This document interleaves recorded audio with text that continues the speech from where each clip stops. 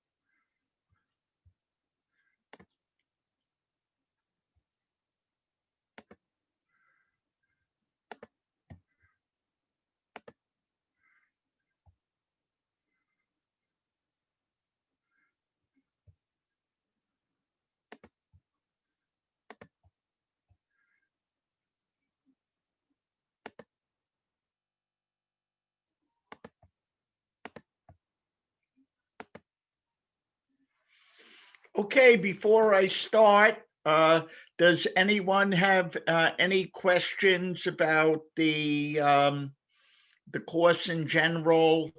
Specifically, I've been coming in, people sending me their paper topics.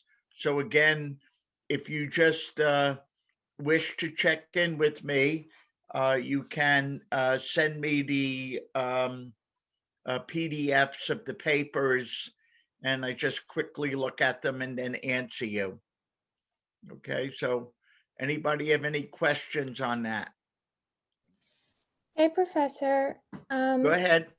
I was wondering if you could tell us which lectures are going to be on part 1 of our final exam.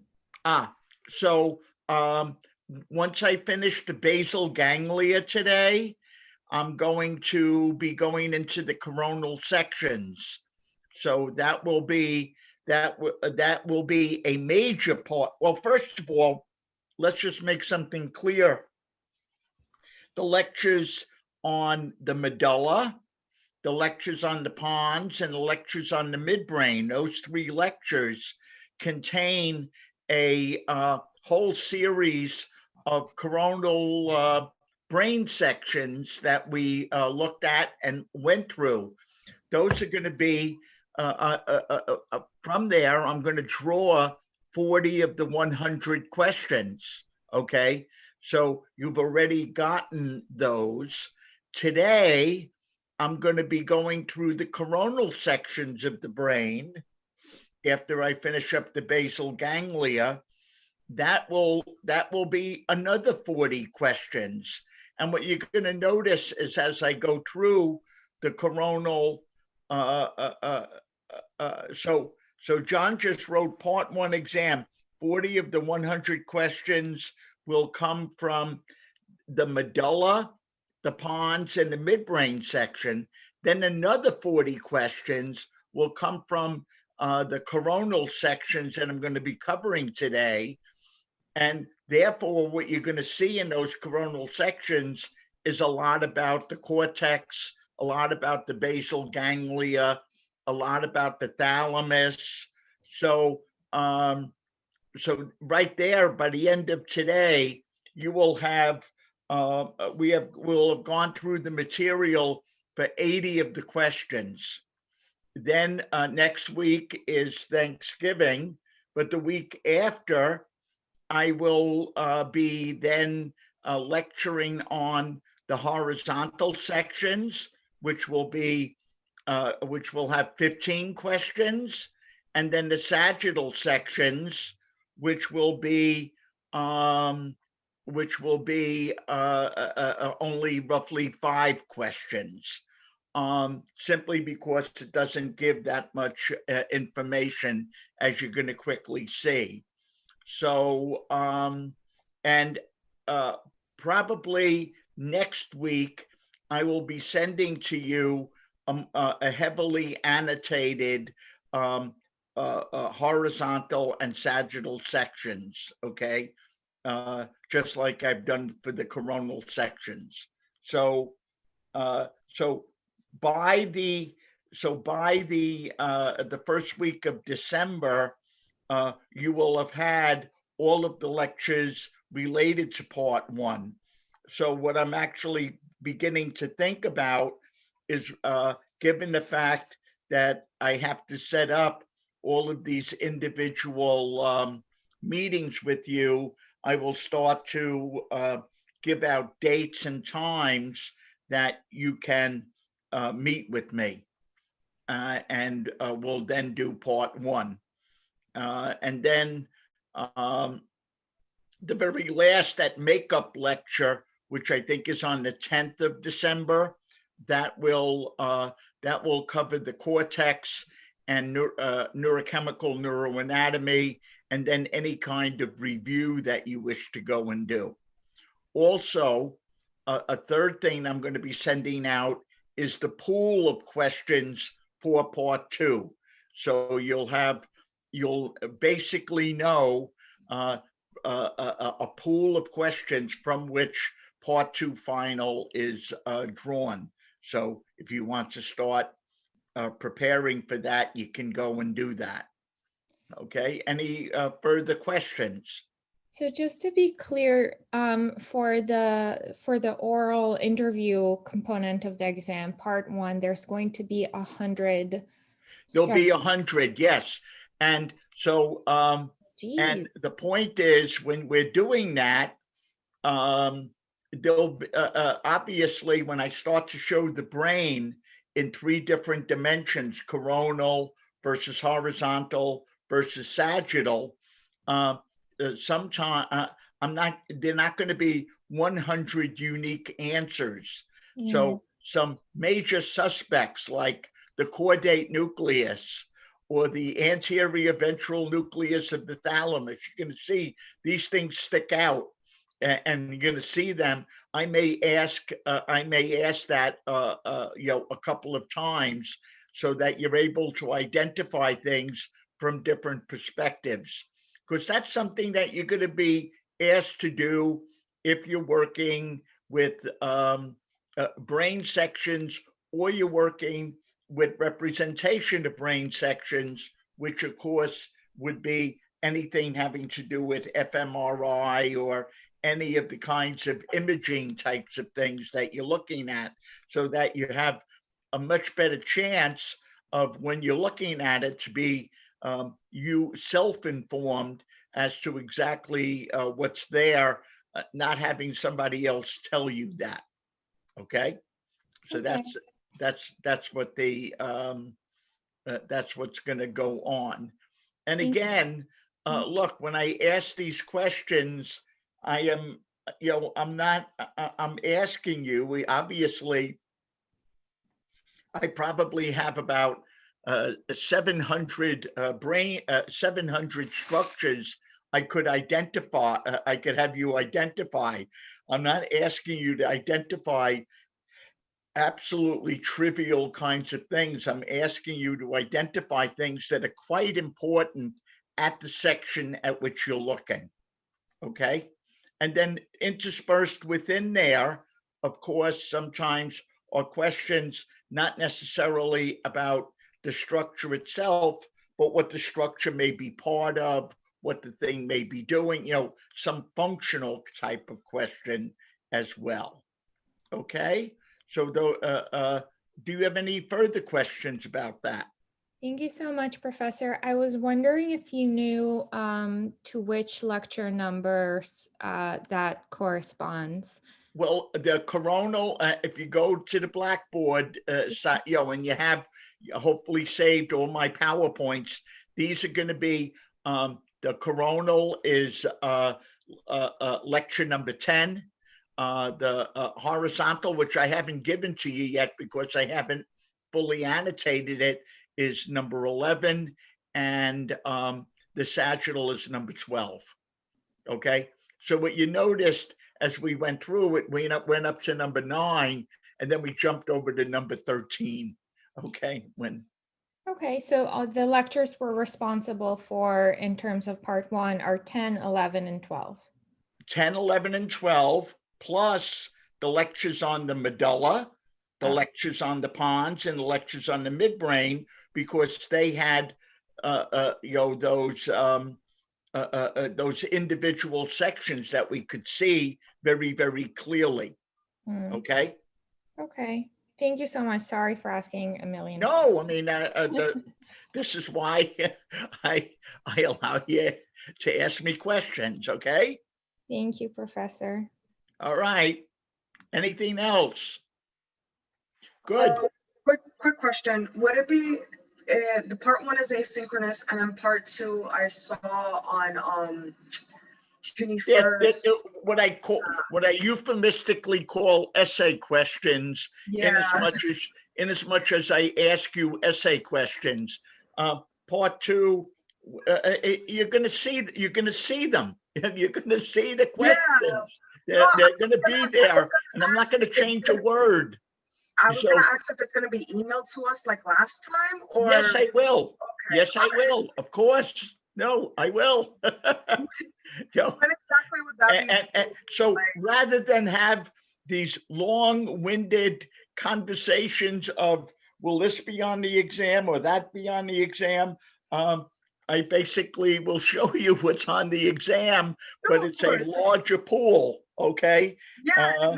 And again, what it is a summary. It's a summary of what I think you should walk away from the course with in terms of some lasting knowledge. Okay.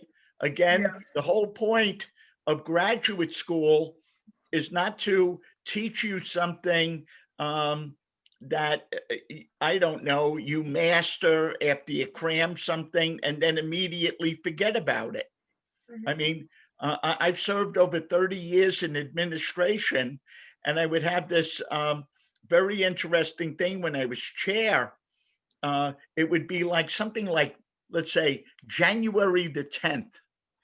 And a student would write to me and say, Professor, I'm taking experimental psychology, undergraduate experimental psychology.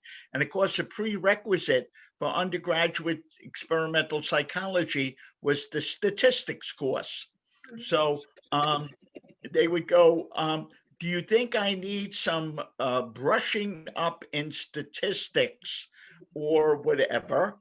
And of course, I'm listening to the person say, and I'm figuring, oh, what happened to this person was that this person took a statistics course, let's say 3 or 4 years ago, and now is back in school and is now taking the experimental course.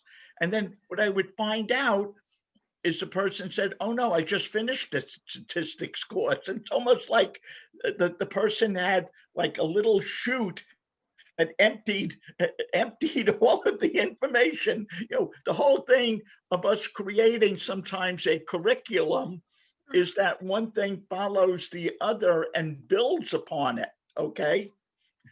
You don't want to start back and scratch. Okay. But so I'm used to every possible kind of question under the sun. Okay. Yeah, no, I just wanted to get like my notes in order. I have on my notebook the papers due December 10th, the asynchronous part 1, and then part 2 we'll find out eventually, right? Yes, that part 2 probably, what would happen is, remember how we did it for the first exam, part 2?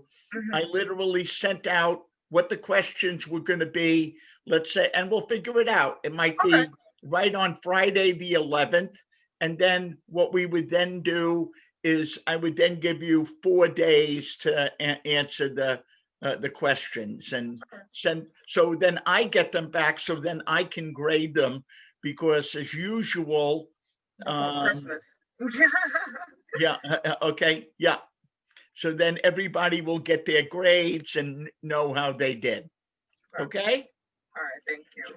So far, I mean, it is looking quite good for a vast majority of you in the class. You've all done quite well in that first exam, and just do the paper, and some kind of thing, and you will have 40% of the grade all set up already. Okay. Good. So now at this point, I'm going to share the screen. And we're going to go to the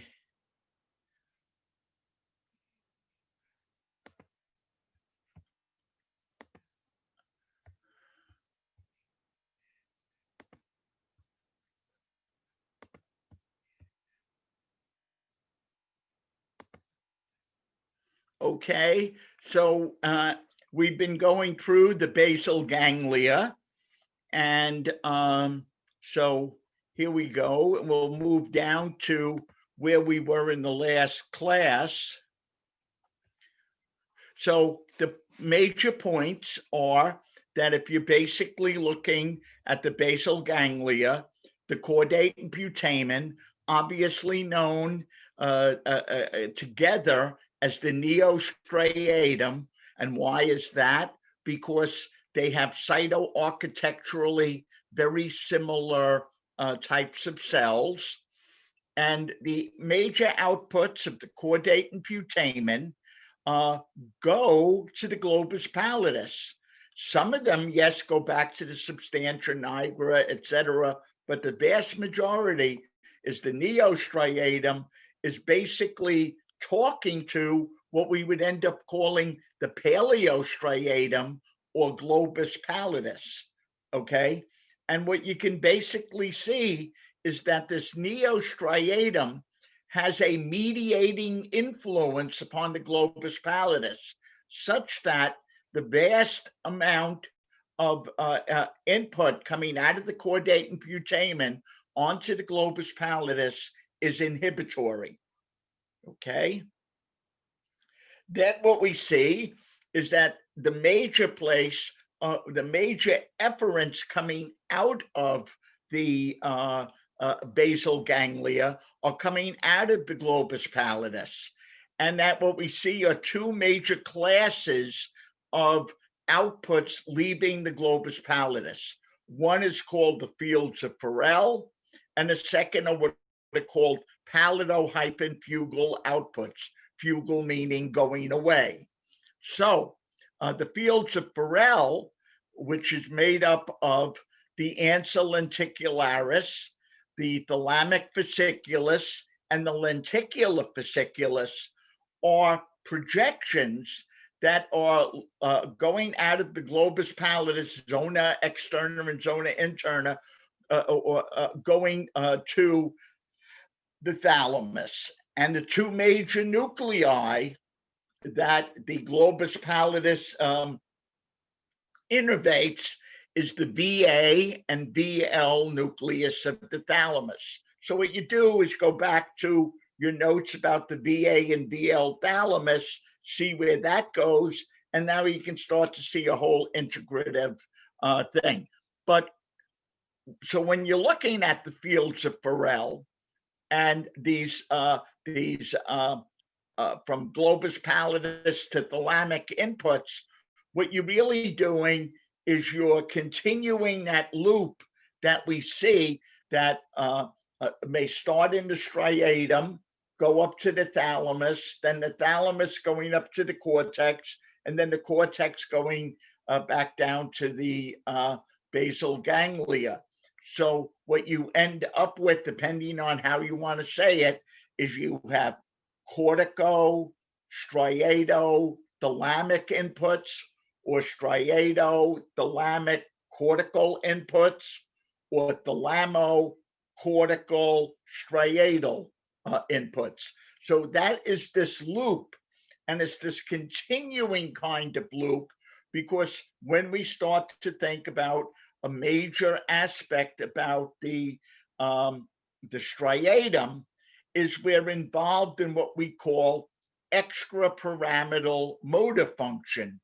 Now, very often we just sort of pay attention to things with pyramidal motor function, which is extremely precise types of movement, right?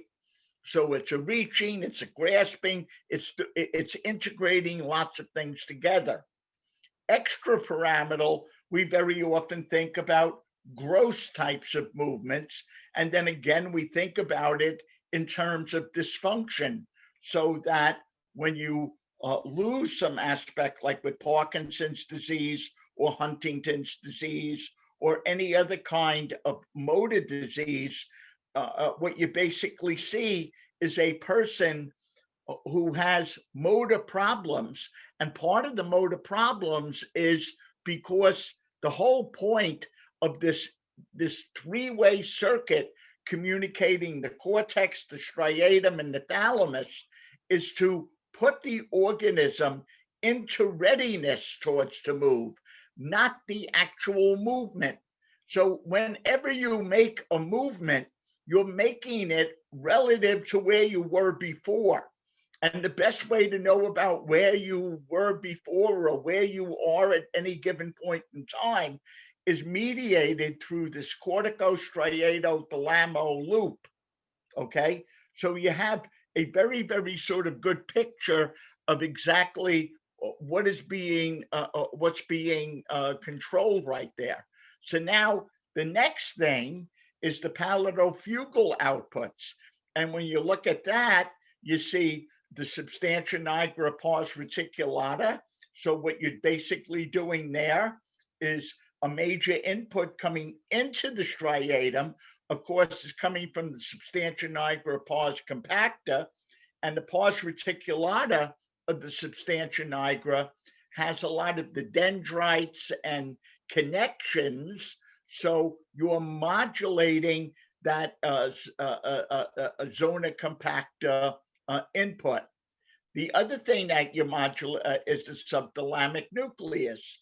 And the subthalamic nucleus is the first big step once you come out of this huge striatal loop. And where we can see how important this is as I pointed out, for people with advanced Parkinson's disease, in which they are basically frozen. And that one way of working with this, so as to stop chronic pain, to help that person, is actually having surgical implants of stimulating electrodes into the subthalamic nucleus, where the patient or a caregiver can give this stimulation to allow that person to basically move. And coming out of the subthalamic nucleus, it's then going to engage a whole bunch of descending systems. Then what you see is the red nucleus, that the globus pallidus is dealing with the red nucleus. And the red nucleus, of course, is the beginning of what we called the Rubrow spinal tract. So what we saw earlier in the course is three major motor tracts: a corticospinal tract, a Rubrow spinal tract, and a reticulospinal tract. And what we saw with the reticulospinal tract is it controls distal gross types of movements of the shoulder, movements of the upper arm, movements of things like the elbow and things like that. Then the Rubrow spinal tract is distal types of gross movements. So basically how to grasp things that are close or far away. So the reticulospinal tract is moving with distance. The Rubrow spinal tract is moving with some gross degree of accuracy. And then the corticospinal tract is modulating the two of them together so that you can then make fluid movements to whatever object that you're basically doing the motor movement for. And then we then have the VTA and the colliculi. So what we basically again see here is the type of control. And in this particular slide, what you're basically looking at is one part of the neostriatum, the putamen. The same sort of thing happens with the chordate, that the putamen is and chordate are getting all types of information from where? The primary motor cortex, and it's getting it from supplementary motor cortex, and then you're getting a large amount of information from primary somatosensory cortex, and then you're getting information from secondary somatosensory cortex in the superior parietal lobule.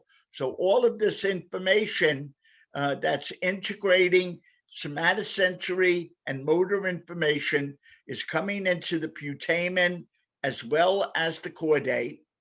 And then the chordate and putamen then send this inhibitory output to where?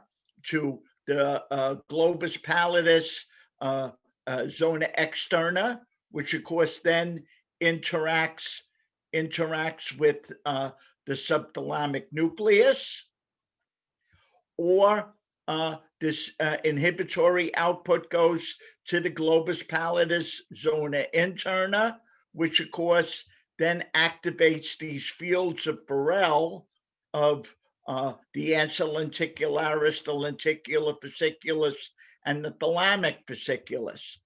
And then finally, all of this input will be basically going out of the chordate and putamen to the substantia nigra pars reticulata, where you're then modulating the dopaminergic inputs that come in. Okay, so where we sort of stood the last time is we have a very interesting pathway. And again, we're sort of putting these things together. What the cortex is doing, whether it is specific motor cortex, or somatosensory cortex, or diffuse frontal cortex, what you basically are doing is the cortex is typically stimulating the chordate and putamen through a glutamatergic synapse.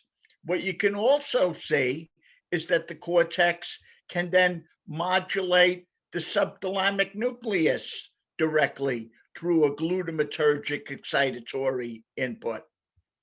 But then once we get to the chordate and the putamen, and we go down to either the globus pallidus zona externa or the globus pallidus zona interna, look at the nature of that type of connection. It's an inhibitory connection.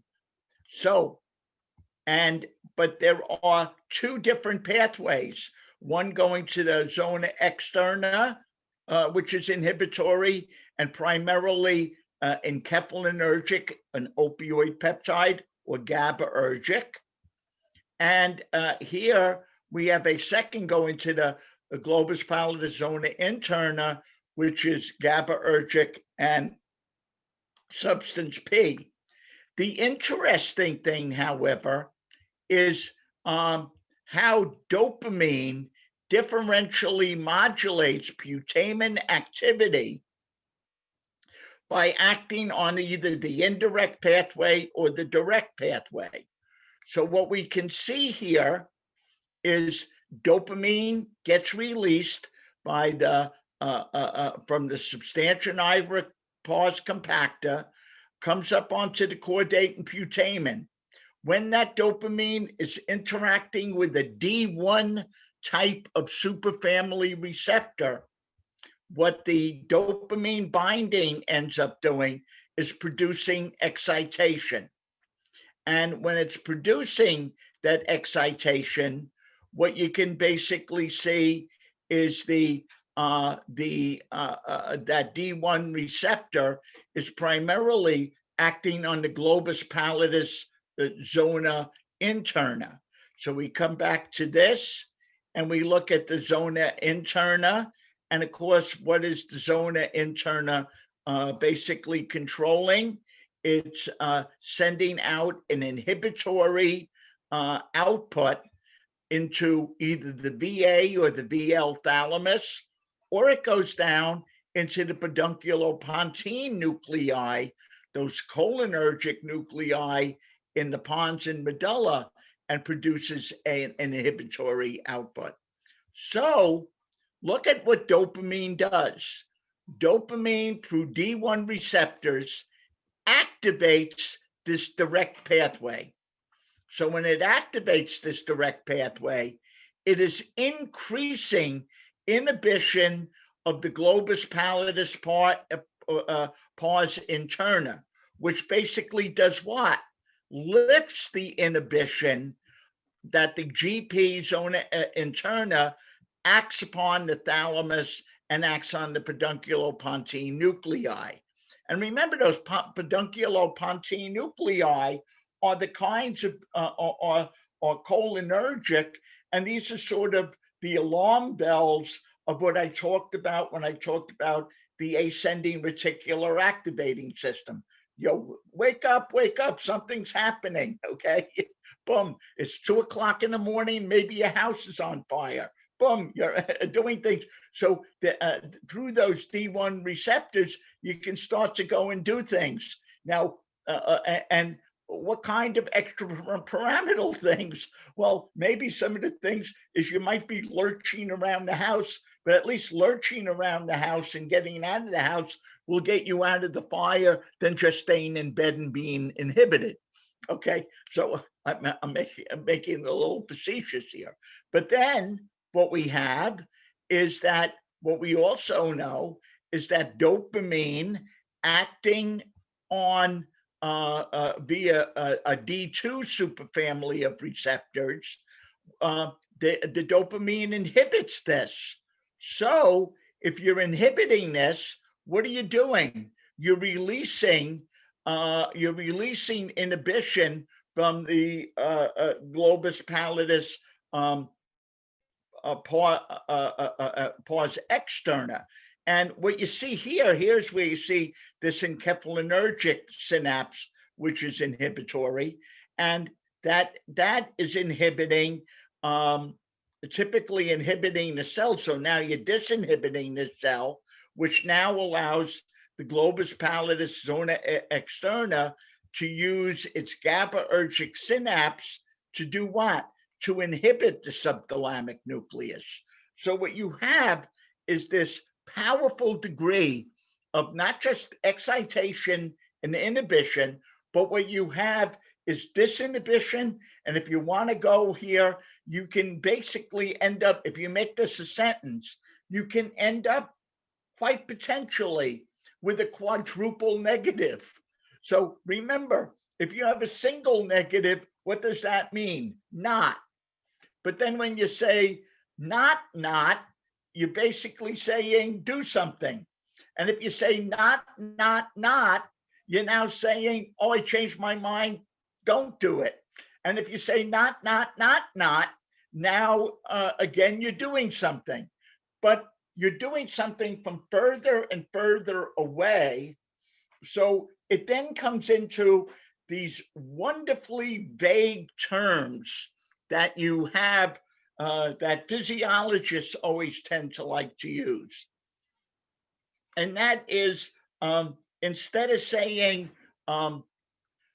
neuron X excites neuron Y, and if that was the case, and we just had a 2-neuron system in the brain, and neuron X excites neuron Y now goes to an effector, and you do something.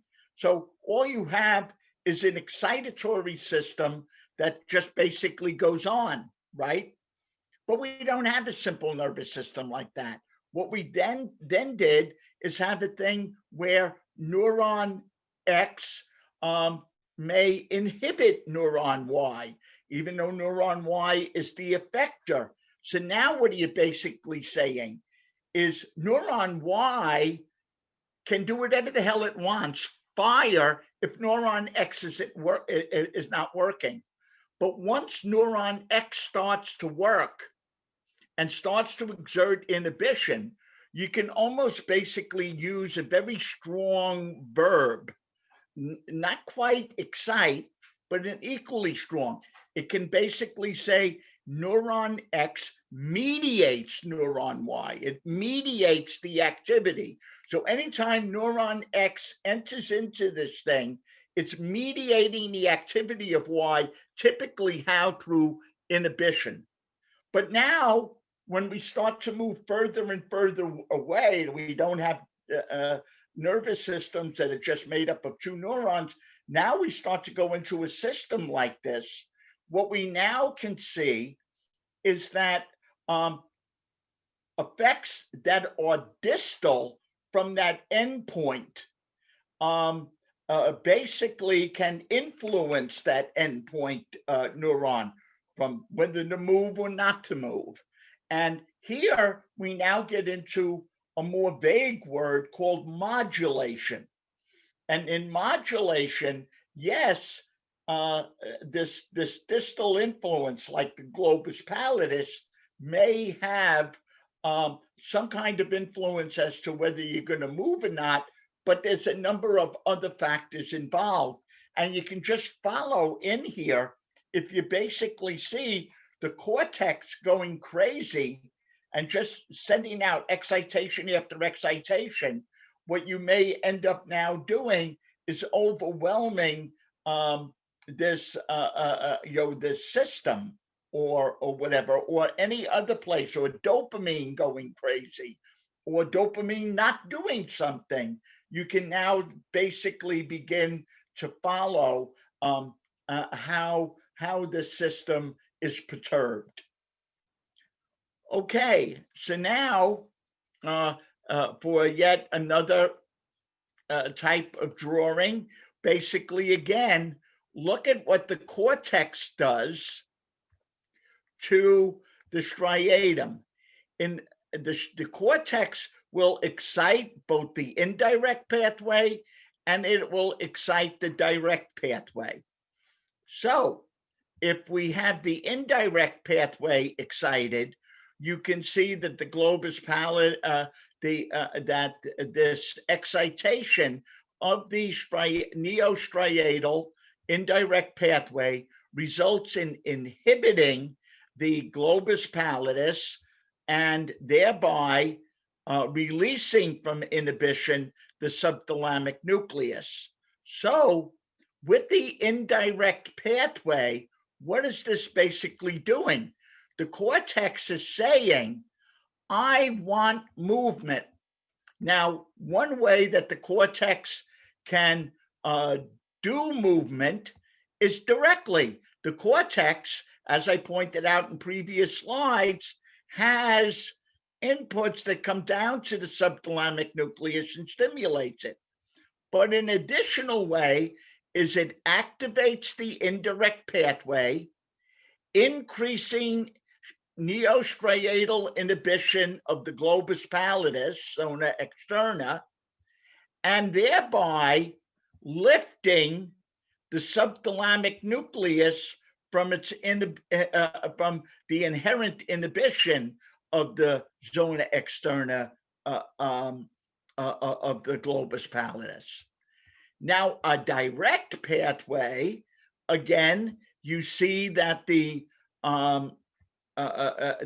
cortex will excite the neostriatum, and it'll excite the inhibition of the Zona Interna of the globus pallidus. So by exciting that, you're now releasing from inhibition the VA and VL thalamus. And if you're now releasing the VA and VL thalamus from inhibition of the globus pallidus, you now allow the VA and VL thalamus to stimulate the cortex, that then stimulates that direct pathway more, etc. Also, what it does is come down to the substantia nigra pars reticulata, and again, what is the striatum doing? It is it's an inhibitory input, and what is that basically doing? It's releasing from inhibition a lot of the GABAergic interneurons that are found in the substantia nigra. And if you haven't understood that, you can always look at this in German. So here we have the cortex and whatever, and you're basically looking at this powerful modulatory pathway. And so here is looking at some of the other players. So if you remember, when we looked in the ventral striatum, the nucleus accumbens, what we saw is that there were these medium spiny projection neurons, and a good number of them had acetylcholine. So these cholinergic, you can modulate the cortex excites these cholinergic neurons in the striatum. Okay. So again, I have had every possible type of drawing. Now, the nice thing about this is you basically look at this system in a quote normal basal ganglia. And a quote normal basal ganglia, you saw what the direct and indirect pathways do. Now look at this in a Parkinsonian patient. In a Parkinsonian patient, you now no longer have dopamine being released. So what is happening to these D1 receptors? The amount of excitation that goes on is far, far reduced because there's far less dopamine that's getting released. So therefore, the degree of effect of the striatum on the globus pallidus is now reduced. On the other hand, if now you have a lack of D2 receptors, now all of a sudden there is a greater amount of GABAergic output coming here, because remember the D2 receptors were inhibiting here. So now these GABAergic neurons and cholinergic neurons are now what? They are disinhibited, and therefore you now have a greater amount of inhibition on the subthalamic nucleus. And what does the subthalamic nucleus do? Well, if you remember, the cortex sent down to the subthalamic nucleus and says, fire. Now, because you don't have the dopamine acting on D2 receptors in the striatum, now all of a sudden this globus pallidus zona externa is producing a far greater amount of inhibition on the subthalamic nucleus. And what happens? You're frozen. You can't move. So now, what would be the therapy? The therapy in advanced Parkinson's patients is to stick an electrode into the subthalamic nucleus and passively stimulate it to overcome this greater amount of inhibition. So there we go. That is the basal ganglia. So the first question is here. Let's look at the chats. And I'm just seeing lots and lots of chatter about the exam. Does anybody have any further questions about the basal ganglia? Dr. Bodnar? Yes. So for that last diagram, I might have been misreading it, but did it say glutamate was inhibitory and GABA was excitatory? Yeah, I couldn't make heads or tails out of that. I'm sorry. Sometimes I borrow some slides that I don't totally agree with. What I liked about that slide is it basically shows you, I think, quite simply, nothing simple when you deal with the basal ganglia, of how in a Parkinsonian patient, because of the lack of dopamine and the lack of dopamine acting on D2 receptors, which produces inhibition, would then increase the amount of inhibition coming out of the globus pallidus that can contribute to that frozen type of behavior. Okay, Okay. good. Okay. Okay, I'm going to quickly refresh my coffee and then we will start on the coronal section. So be right back. If you need to take a short break, please do it.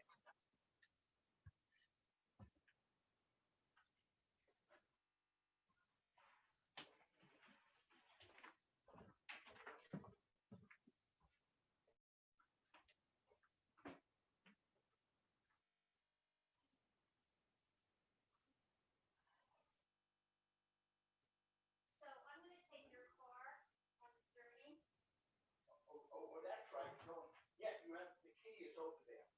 And I'm gonna. Oh, wait a second. No, I have the key. So here's the key. So what I'm going to do is, okay.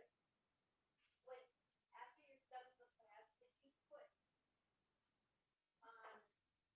we're gonna put the mixer in, instead of the key. Oh, so okay. When I come back, you could. Yes, we'll do that. Yeah.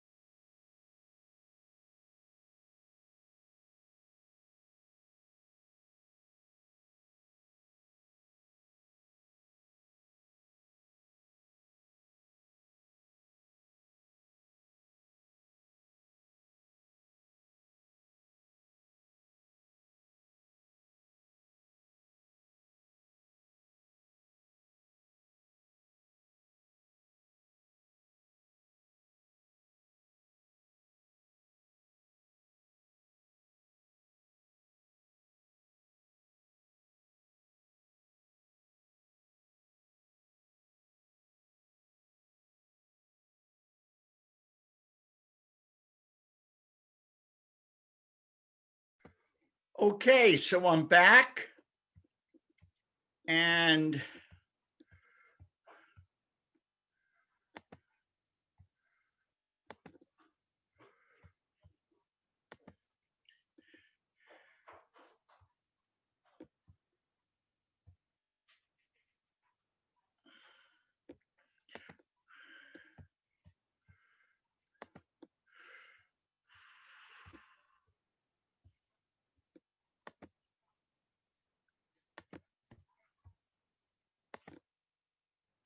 okay, so now what we're going to be doing for the rest of this class is going through the brain and coronal sections. So I have a series of slides here that so there's one departure. Everything that I've basically done in this course so far, when we started in the spinal cord, we started from the most caudal part of the spinal cord and moved forward. Then when we got into the medulla, the pons and the midbrain, and then the diencephalon and telencephalon, we started most caudally and moved forward. Unfortunately for these coronal slides, the coronal slides are going from the most rostral to the most caudal. So now, the important thing to go and do for each one of these coronal slides is, first of all, identify what's on that slide. Then the second is to compare what came before and ask what is still the same, what has been lost, and what has been gained. So one of the things that you're going to do is, if you look at coronal slide number one impulse would be to basically say, well, if I were to look for a representative section of the brain, well, coronal slide number one must be it because it's number one. No, it's one of the most rostral structures in the brain. So there's going to be a whole bunch of cells and nuclei that we have talked about in the course that are not there because we haven't gotten there yet. Okay, so what we're going to basically see, and you can decide which would be the very nice coronal section. And you, because you want to very often use that coronal section in future times to then look at all of the horizontal sections and be able to identify the different horizontal sections as a function of that coronal section. Then you might be also able to use that representative coronal section to see all of the sagittal sections and where you are. Likewise, you will take a representative horizontal section. It gives you lots of information, and then compare them with the coronal and compare them with the sagittal. Then, of course, obviously, the most representative sagittal section is going to be a mid-sagittal section. So you can look at a mid-sagittal section and then look at where those structures are as you move through coronal and horizontal. So what you're basically doing in as you go through these slides and you pick your section, this is the best way that you can compare and contrast basically where you are. Even though you're working in two-dimensional space, you're using that either representative coronal section, representative horizontal section, or representative sagittal section as the comparator. All right, so one of the things that you're going to see right here in now, let me just look at coronal section number one. So notice coronal section number one, we have labeled 24 different structures. Now, I will allow you at any point for you to go and try to identify what is getting pointed to in all 24 of those things. However, in some of the cases, the thing that is labeled by a number is unbelievably trivial. And so what I am basically doing when I give you this list here, if you noticed here, I picked,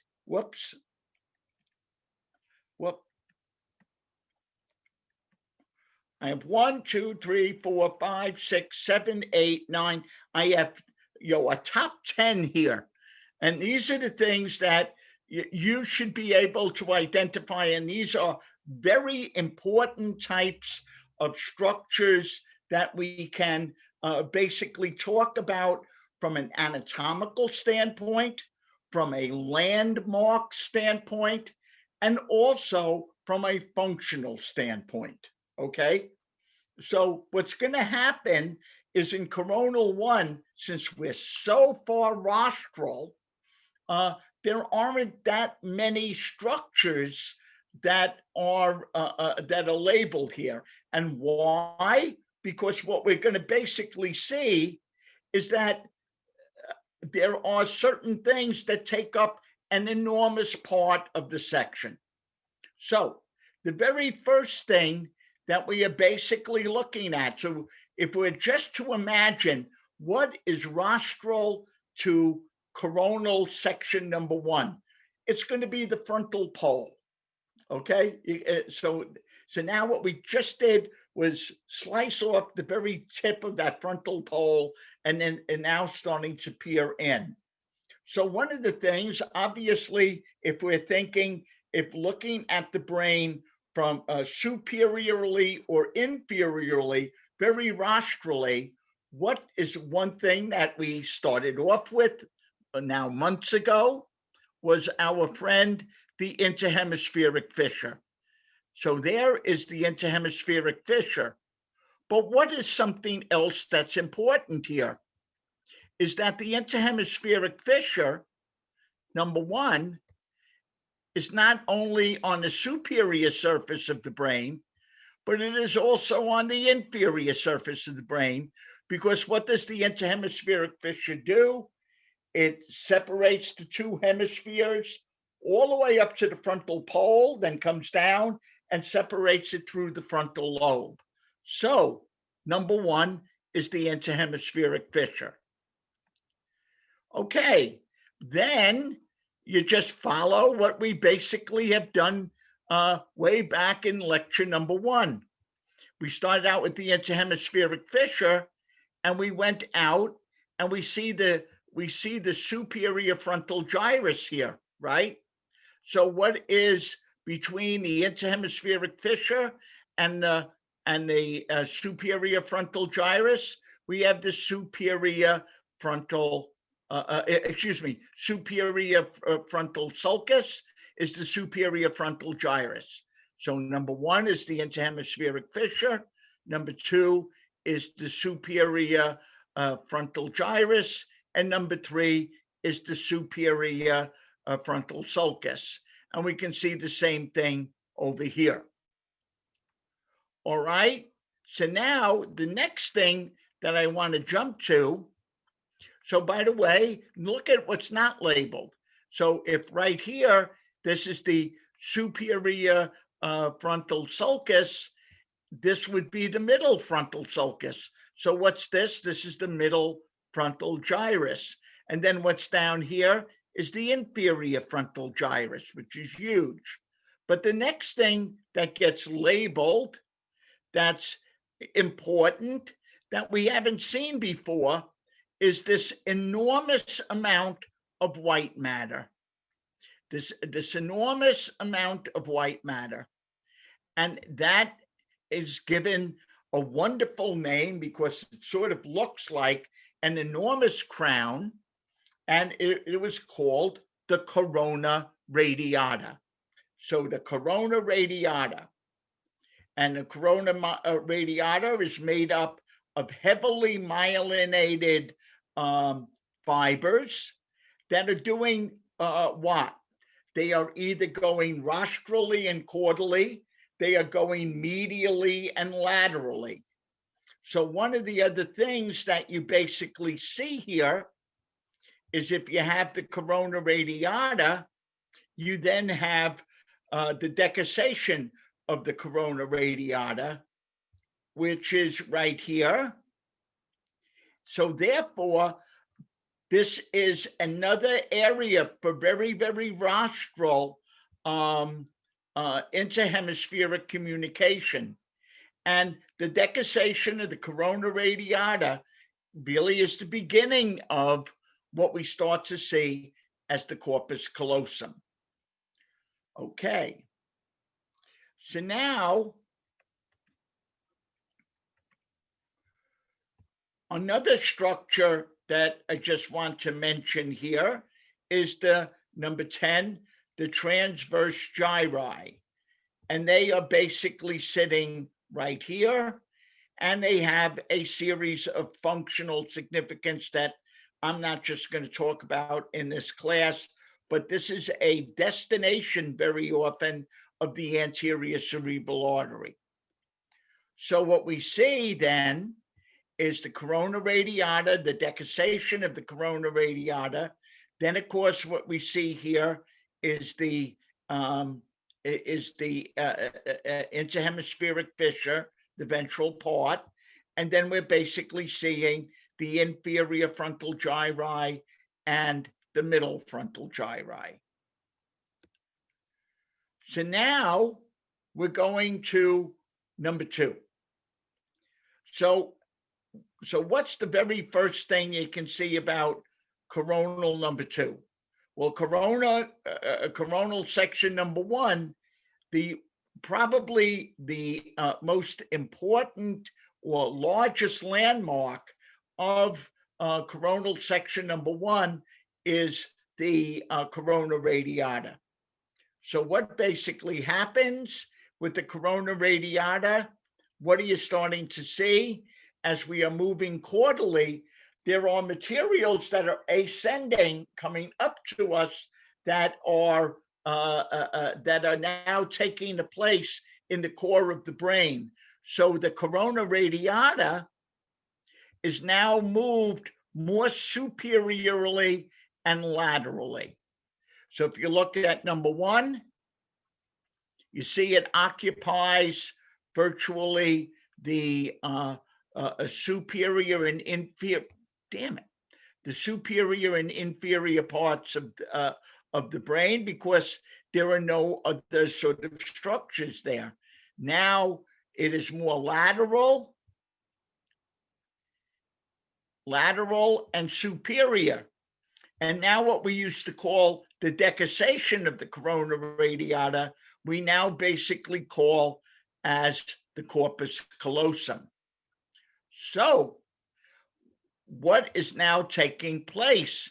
There's a bunch of other structures and other openings that come in and take over. So we still have, with 1 and 16, we still have the interhemispheric fissure. So here is the interhemispheric fissure, and here is the interhemispheric fissure.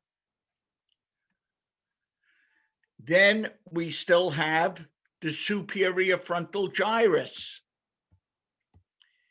Here is the superior frontal gyrus between the interhemispheric fissure and the superior frontal gyrus. Then with number 27, what we can see here is the middle frontal gyrus. I didn't label that there. Then we have the middle frontal sulcus.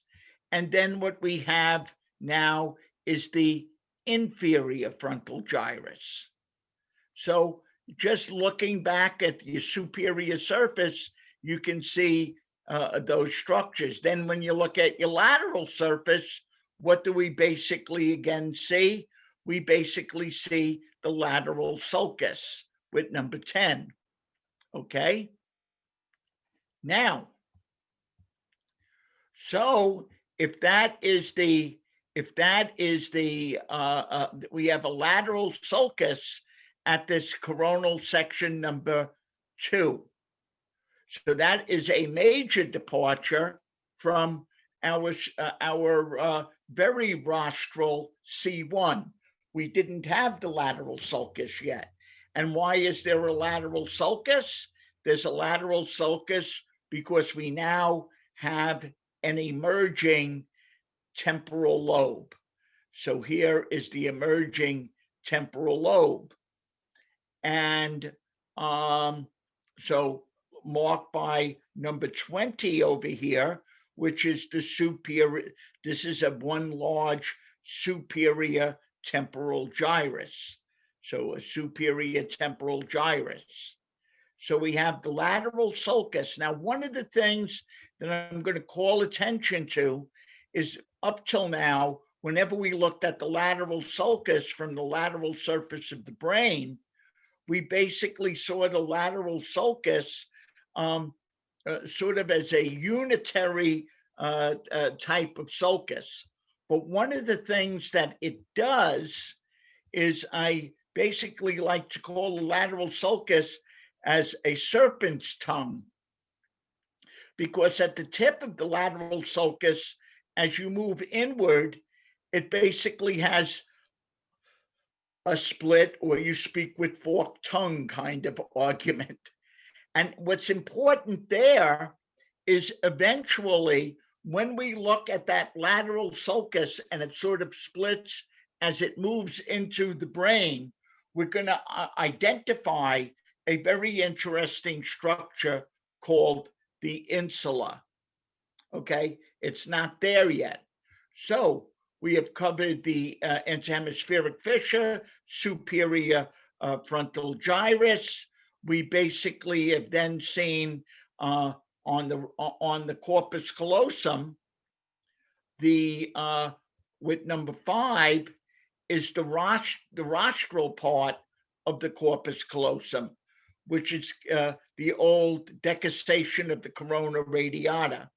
So we basically use the term the rostrum or rostral portion of the corpus callosum to identify that.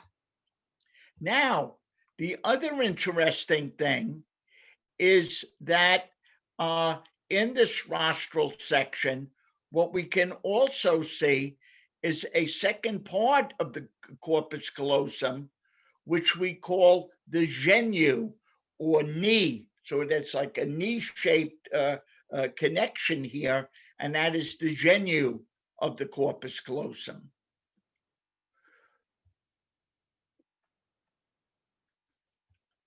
So now, what is another major structure that we basically begin to see here that we didn't see in number 1? And that, of course, is number 7. And this is not a structure at all. It's not a fiber tract. What it is an opening. And of course, what we have here is the anterior horn of the lateral ventricle. So here is the anterior horn of the lateral ventricle. Notice for coronal section number 1, we are so rostral, we haven't gotten to the anterior horn of the lateral ventricle, which identifies this as the frontal lobe. So what have you learned about the lateral ventricle and the anterior horn? The ceiling is bordered by the corpus callosum, and we can see that right here. And we also learned that the inferior surface of the lateral ventricles is usually the fornix, but we're too rostral for the fornix. But what else is there? What is on the lateral wall of the lateral ventricle, a la Mary Had a Little Lamb? What we have right here is the chordate nucleus, which of course is part of the neostriatum. And as I identified the chordate nucleus, the chordate nucleus can be thought of in a shape as it moves rostrocaudally, is as like a two-tailed tadpole. So that, and if you remember what a tadpole is shaped like, it has a very large rostral structure, and then it tapers down to its body and into a tail. So what we know is with the anterior horn of the lateral ventricle, which is in the frontal lobe, and we have the chordate nucleus on its lateral surface. The chordate nucleus is the largest part of the chordate nucleus, is in the rostral head of the chordate nucleus. So that's the head of the chordate nucleus. Notice that there's no other part of the basal ganglia here. We'll be seeing that coming in. Then, of course, what we have is the Inter-Hemispheric Fissure, but what we can see embedded in here is the anterior cerebral artery. Okay. So I think so one other thing that I wish to cover is that, again, whenever we were looking at a medial section of the brain, what we basically would, we would not see the interhemispheric fissure because you're cutting right through it. But one thing you basically saw were cortical structures, cerebrocortical structures of the superior frontal gyrus. And then what you would see just at the very, very base of the interhemispheric fissure is the cingulate gyrus. So here is the cingulate gyrus, here and here. Then you would see the corpus callosum, and eventually, if we were more caudal, you'd be seeing the fornix. So all of a sudden, coming in here, marked by number 31, is the cingulate gyrus. So the cingulate gyrus is different from the superior frontal gyri and whatever, and you can see that it is buried in that medial surface in the interhemispheric fissure. So now lots of things become important. So here's coronal number 3. Obviously here we have things that we know before, which is the interhemispheric fissure being seen where? On the superior surface of the brain and the inferior surface of the brain. And again, you can see in the inferior surface of the brain, the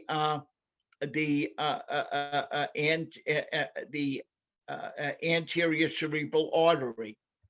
What you can also see on the deepest surface of the interhemispheric fissure is you can see the cingulate gyrus. Then just below that, you can see now the corpus callosum.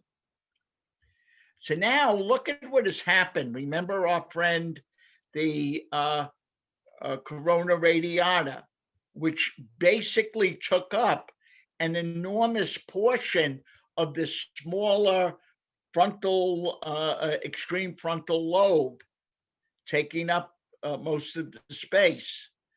Then it moved more laterally and superiorly.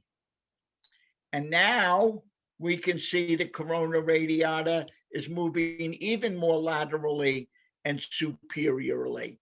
And you can see the corona radiata is innervating the superior frontal gyrus, the middle frontal gyrus, and the inferior frontal gyrus.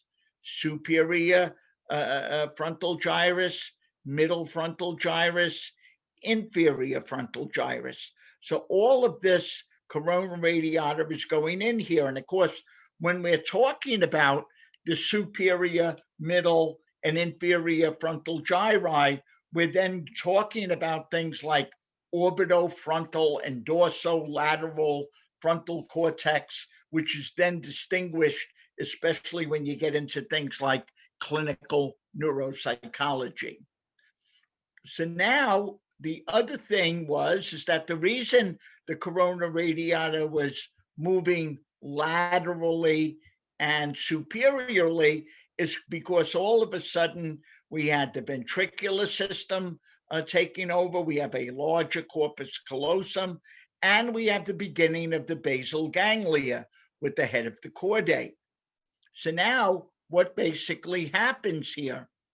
Well, what we basically now see is we still have the anterior horn of the lateral ventricle. Notice that that anterior horn of the lateral ventricle always would seem to have a very, very sort of boomerang type of shape, or the classic thing of what you would basically call a horn or an antler. And you still can see that sort of horn shape right here.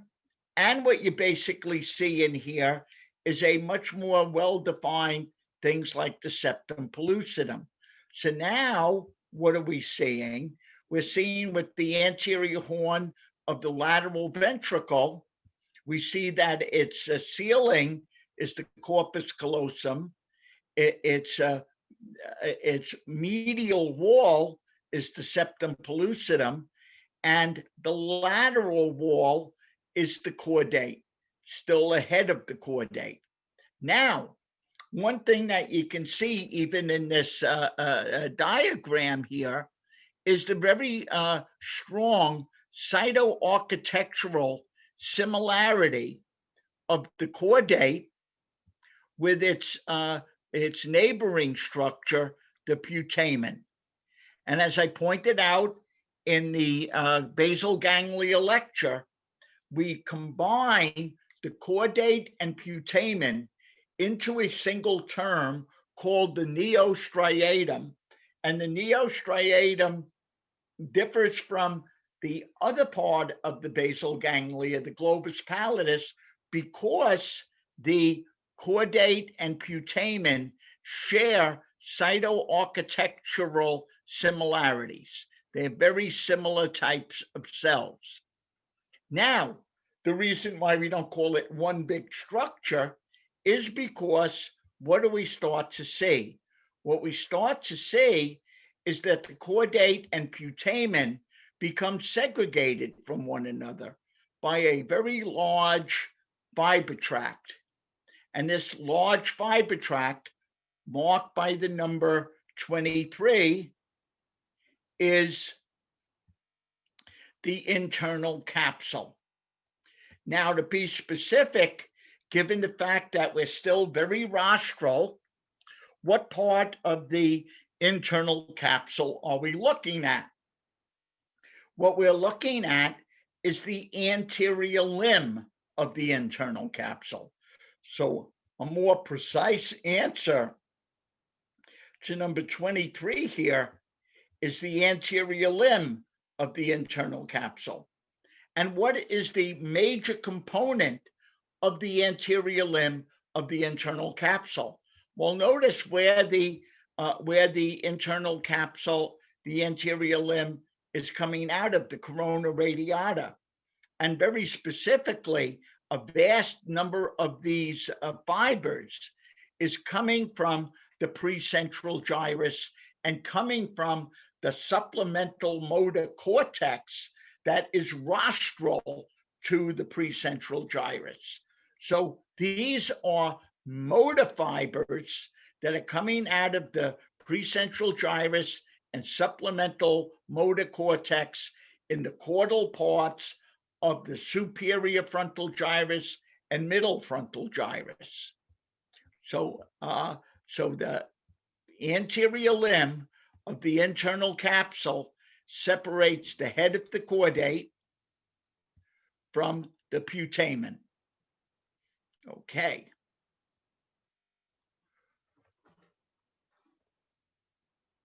So now, the next thing that I want to again cover is to sort of again do our, remember our superior surface and our lateral surface, and then our inferior surface of the brain. Now we can elaborate on this. We have the Inter-Hemispheric Fissure. We then have the superior frontal gyrus, marked by number 2. We then have the middle frontal gyrus, marked by the number 26. We then have the middle frontal sulcus, which is marked by number 5. And then we have the inferior frontal gyrus, which is marked by number 24. Then, of course, what we have is the lateral sulcus. Here is the lateral sulcus here. And again, you see that sort of split that it does. Okay. So now, if we have the lateral sulcus, we now have a what? A defined superior temporal gyrus, which is marked by number 22. And then we have a superior temporal sulcus. And then number 11 marks what? The middle temporal gyrus. So here's the middle temporal gyrus. Then we have the inferior temporal sulcus, middle temporal sulcus, and we have the very beginning of the inferior temporal gyrus. So we're basically, if you go back to your superior and lateral and inferior surfaces of the brain, we can basically see all of here, the superior, middle, and inferior frontal gyri, the lateral sulcus, and then we see a superior, middle, and inferior temporal gyri. What we don't see here yet, because we're too rostral, is we don't see that fourth gyrus of the temporal lobe, the parahippocampal gyrus. So now, one of the other things that we have is the ability to begin to define a number of not only striatal structures, but what are called extrastriatal structures. And the striatal structures that we see here in C3 is, of course, the head of the chordate and the putamen, putting them together, the neostriatum. Notice that what we have separating them is the anterior limb of the internal capsule. So when we look at the putamen here, a medial edge of the putamen is bordered by the internal capsule. The lateral edge of the putamen here is bordered by another fiber tract. So we can become logical. If this is called the internal capsule that forms the medial edge of the putamen, the external capsule forms the lateral edge of the putamen. So now the external capsule also separates the putamen from a second extrastriatal structure. And this extrastriatal structure that you have here is sort of boomerang shaped here and here. And that structure is called the claustrum. C-L-A-U-S-T-R-U-M,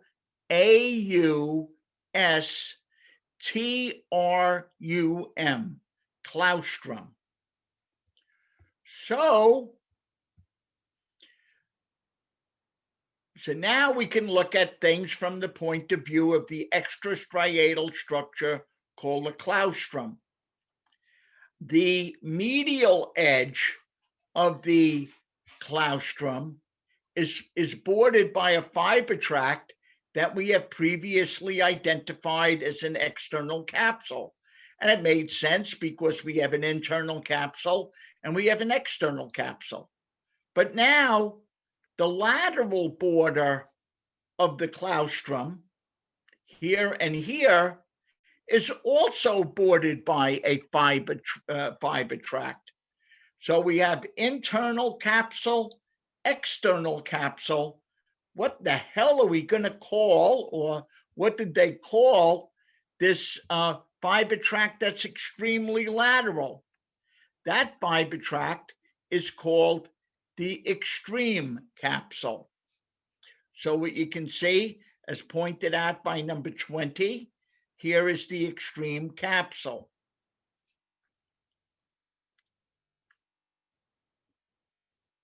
Okay. Now, so sticking along with this all the way along in C1, C2, and C3 is what we call these transverse gyri that sits on the medial edge of the inferior surface of the interhemispheric fissure. Okay, so again, I think we've covered a number of these structures. So now, we now go further caudal. And now, what is the same and what is different? Well, what is the same is the interhemispheric fissure on what? The superior surface of the brain. What is different? We no longer have an interhemispheric fissure on the inferior surface of the brain.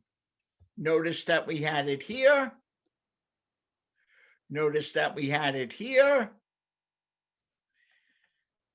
And notice that we had it here. And on C2, we had our friend, the anterior cerebral artery coursing forward. On C3, we had the anterior cerebral artery coursing forward. But now on C4, we no longer have the interhemispheric fissure, because what else do we no longer have? What we no longer have, when we started to talk about this with the transverse gyri,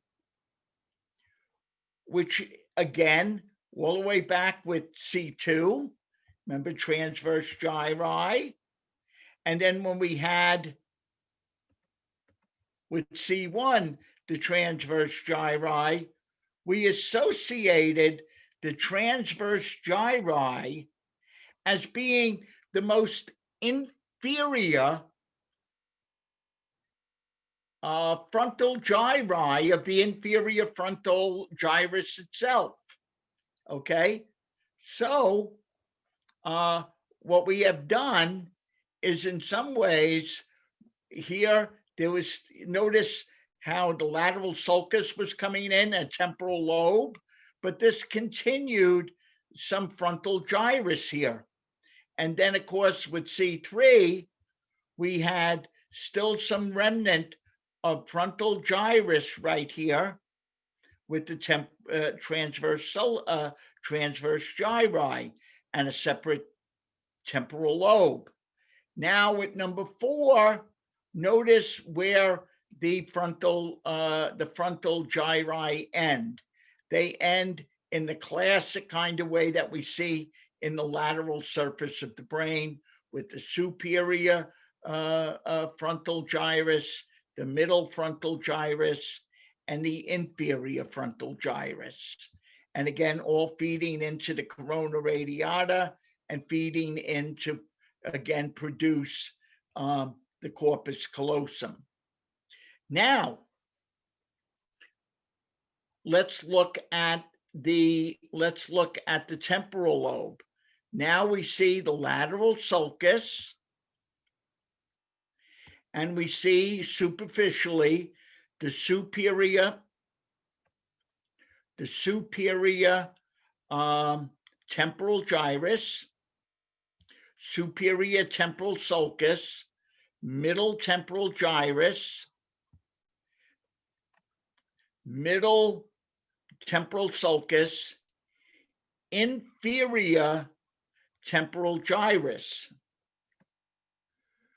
Okay, so we have in the temporal lobe all of the things, but what we still don't have, we're not quite there yet.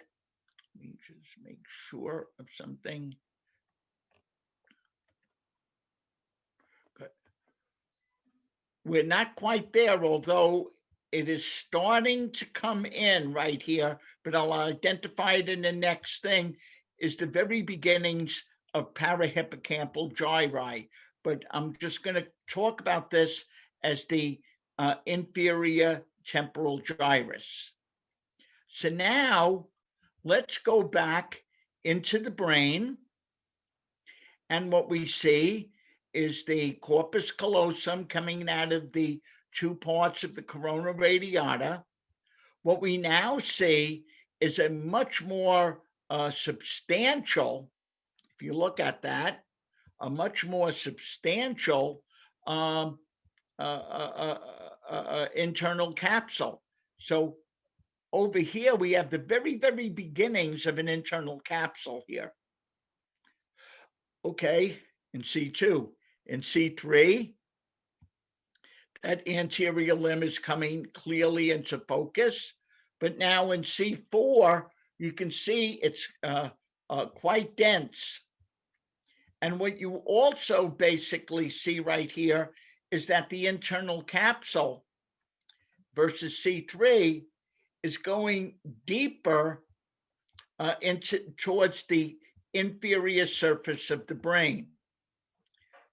Okay, it's going more towards the inferior surface of the brain.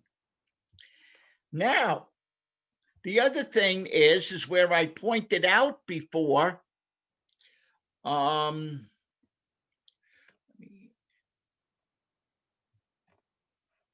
I pointed out before was the beginning of an amygdala here and the beginning of a parahippocampal gyrus in here. What else are we starting to have? What we are having right here, where we can see the anterior limb of the internal capsule coming down, what we are now starting to see is a pathway which is going medial-laterally. And this is the anterior commissure. Here is the anterior commissure. And what's eventually going to happen with the anterior commissure? There is going to be the anterior commissure decussation. So now let's look at something else. What we can see, again, is the septum pellucidum. And what we start to see right here are the septal nuclei of the limbic system. Then we have the anterior horn of the lateral ventricle. Then on the lateral surface of that is the chordate. Then on the lateral surface of the chordate is the anterior limb of the internal capsule. Then the medial edge of the putamen is on the what? The anterior limb of the internal capsule. But what now is happening? If you remember,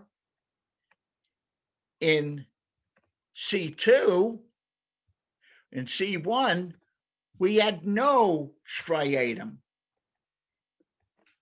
In C2, we have the head of the chordate, but nothing else.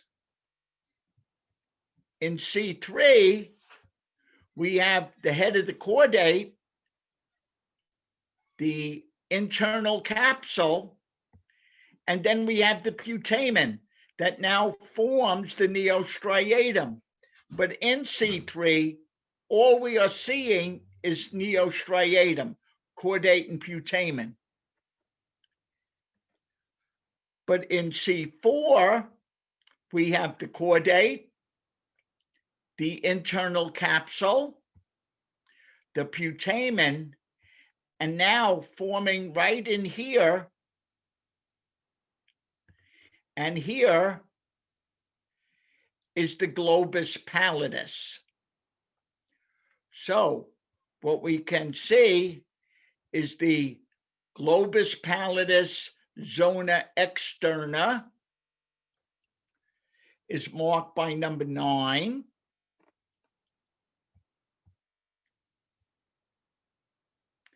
And then we have the internal medullary laminae of the globus pallidus that's marked by 26. And then the globus pallidus zona interna is marked by number 6. So what I always think of for this time of year is we have Thanksgiving, and a typical Thanksgiving after eating turkey, very often one can have some pumpkin pie. And what you basically can see here is if you take the internal medullary laminae of the globus pallidus and the anterior commissure and the anterior limb of the internal capsule, I have a nice pie-shaped piece here of looking at the zona interna of the globus pallidus. And then on the outside of it, we have the zona externa of the globus pallidus. And then what we have out here is the putamen. So now, again, to put all of these things together, I basically use 7 words to describe the basal ganglia. 2 of the words describe the basal ganglia, 2 terms describe the basal ganglia globally. That is called the basal ganglia, and it is called the corpus striatum. Then what we know is that the basal ganglia or corpus striatum can be subdivided into 3 nuclei: the chordate, the putamen, and the globus pallidus. So now we have 5 terms. But then we can take these 3 terms, chordate, putamen, and globus pallidus, and now subdivide them as a function of cytoarchitecture and as a function of location. So, as I pointed out before, the chordate and the putamen, those separated from each other by the anterior limb of the lateral ventricle, are cytoarchitecturally similar. So we take the chordate and putamen and we give it the word neostriatum. So there's a 6th term: basal ganglia, corpus striatum, chordate, putamen, globus pallidus, neostriatum. Then what's the 7th term? The 7th term is when we are looking lateral to the anterior limb of the internal capsule. We have 2 striatal structures, the putamen and the globus pallidus. And because they have an isolated, they're isolated physically from the chordate, we take those 2 structures and can put them together and call them the lenticular nuclei, Lenticular. So there's the 7 terms: the chordate, the basal ganglia, corpus striatum, chordate, putamen, globus pallidus, then the neostriatum and the lenticular nuclei. They have different types of emphases in terms of anatomical definition. Then, of course, we can take the globus pallidus, as we saw in the striatum lecture, By default, it is called the paleostriatum, and it's divided into Zona Externa and Zona Interna to have the differential mediation of whether the palato-fugal outputs are going to thalamic structures via the fields of Forel, or palato-fugal fibers that will go to the subthalamic nucleus, to the red nucleus, and descending structures. So the other point is that when we look at this, we can basically, from this structure and going forward for a few structures, it's sort of in the middle of the coronal sections, we can literally define the brain by following a series of striatal and extrastriatal structures. So here I've listed this. Just think of the brain, the center of the brain, the midline, that thin sheath of cells called the septum pellucidum on the midline.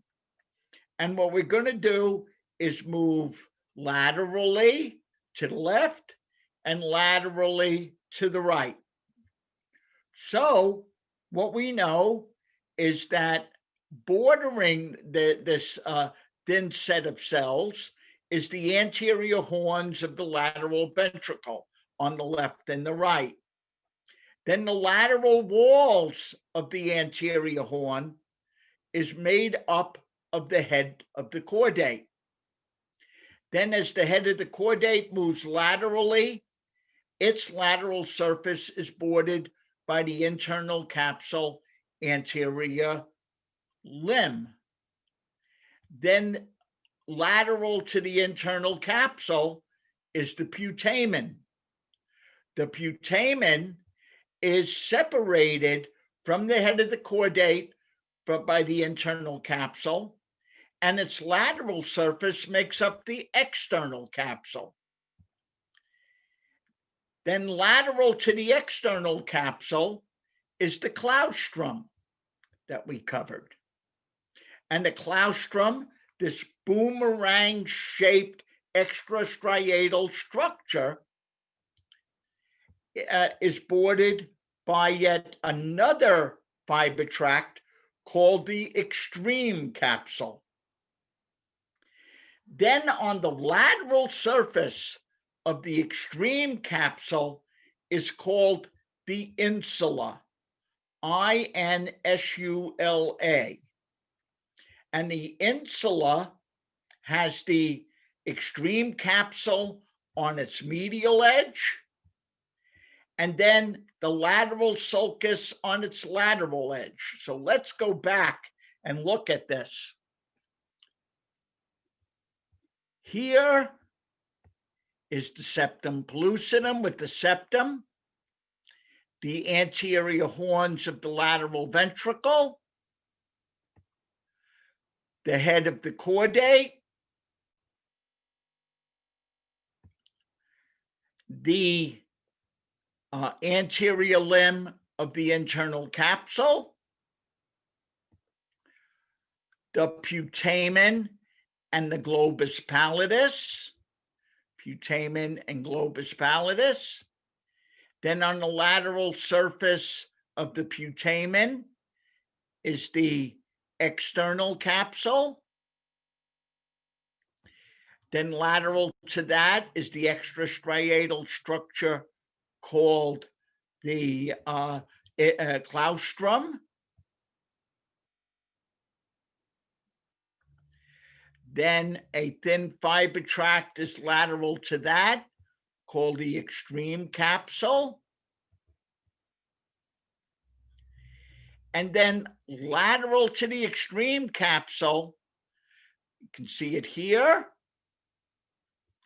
and you can see it here,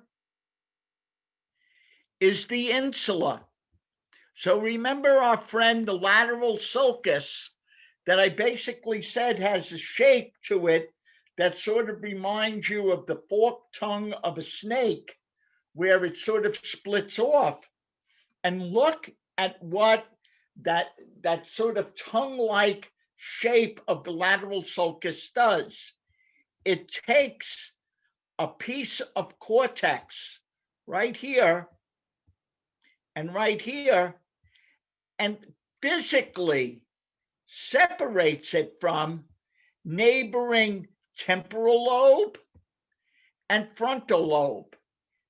The insula is separated from the frontal lobe and the temporal lobe by the confines of the lateral sulcus. So, very often, when we talk about cortex, we talk about 4 lobes of the cortex. And the 4 lobes are the frontal lobe, the parietal lobe, the occipital lobe, and the temporal lobe. But because of certain vagaries, we basically also talk about the cortex as having 6 lobes: the frontal, the parietal, the occipital, the temporal. Then the limbic lobe, where we talked about with the singular gyrus, and then certain parts of entorhinal cortex. And then the 6th lobe is called the insula. Now look at the word. What are you basically coming up with when you have the word insula? In INSULAR is either a noun or sometimes an adjective in English. And basically, when you're talking about something that is insular, you're basically talking about something that is separate. It's off to the side. And then when you also think about insula, you're also thinking about the word insulation. And insulation, again, forms a barrier between the outside and the inside.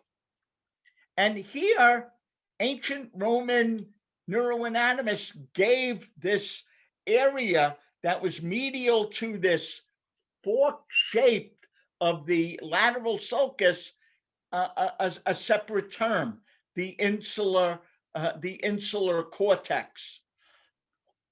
Now, we're very, very fortunate in having someone on the faculty who basically studies the insular cortex. Because first of all, as we're going to see, you notice here that the insular cortex appears roughly here at C4, but as we move back and back and back, you're going to see the insular cortex there. So it has a very, very narrow expanse on a coronal section, but it is a very large structure from rostral to caudal.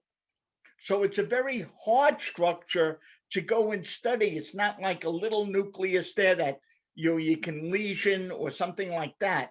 It's a rather hard type of structure to damage. But the person who has basically studied this very, very extensively is Dr. Jin Fan.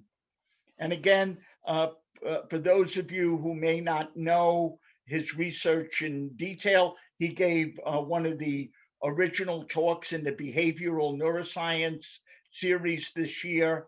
And basically, what he is interested in is cognitive neuroscience from the point of view of attention, learning, memory, and dysfunction. And one of the major things that Jin Fan has been able to identify is a very, very interesting type of role for the insula.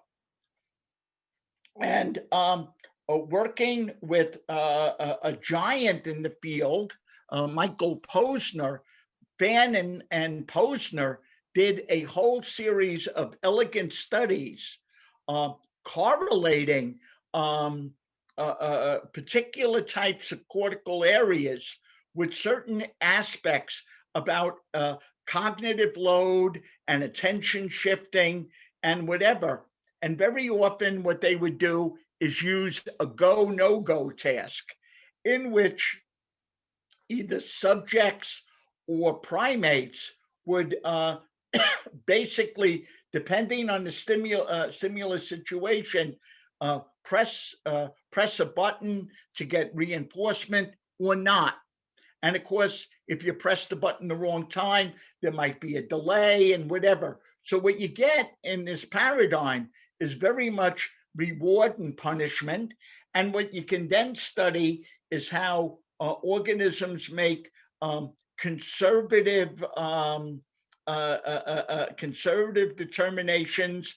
So if they make conservative determinations, what now happens? You now apply this to a signal detection type of theory. And of course, in a signal detection type of theory, you have 4 possible outcomes. A stimulus is, an appropriate stimulus is there, and you respond to it. You call that a hit. An appropriate stimulus is there, and you don't respond to that. You call that a miss. An appropriate stimulus is not there, but you respond.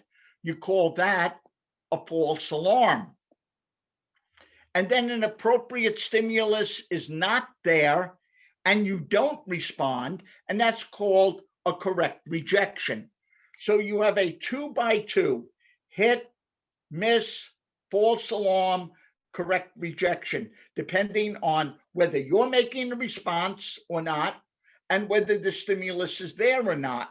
And then from that signal detection type of theory, as laid out by Sweats, was the ability to make an estimate of what is basically called D prime, which is accuracy, and then a second, which is called beta. And beta basically measures your sort of internal state as to how you're going to make some internal calculation. So you're either going to be extremely liberal in terms of the responses. So therefore, a person that's extremely liberal is going to get a lot more hits than misses. But they're also going to have a lot more false alarms than correct rejections. And what we end up calling a person that's incredibly liberal and just is pressing whatever it is all the time, we basically then use that word called impulsivity.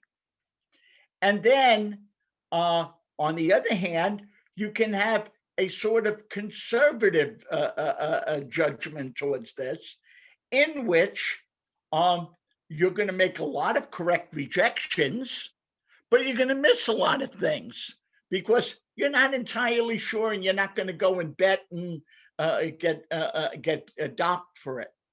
So what Jin Fan basically did in this enormous number of studies is begin to identify the neurocortical outputs.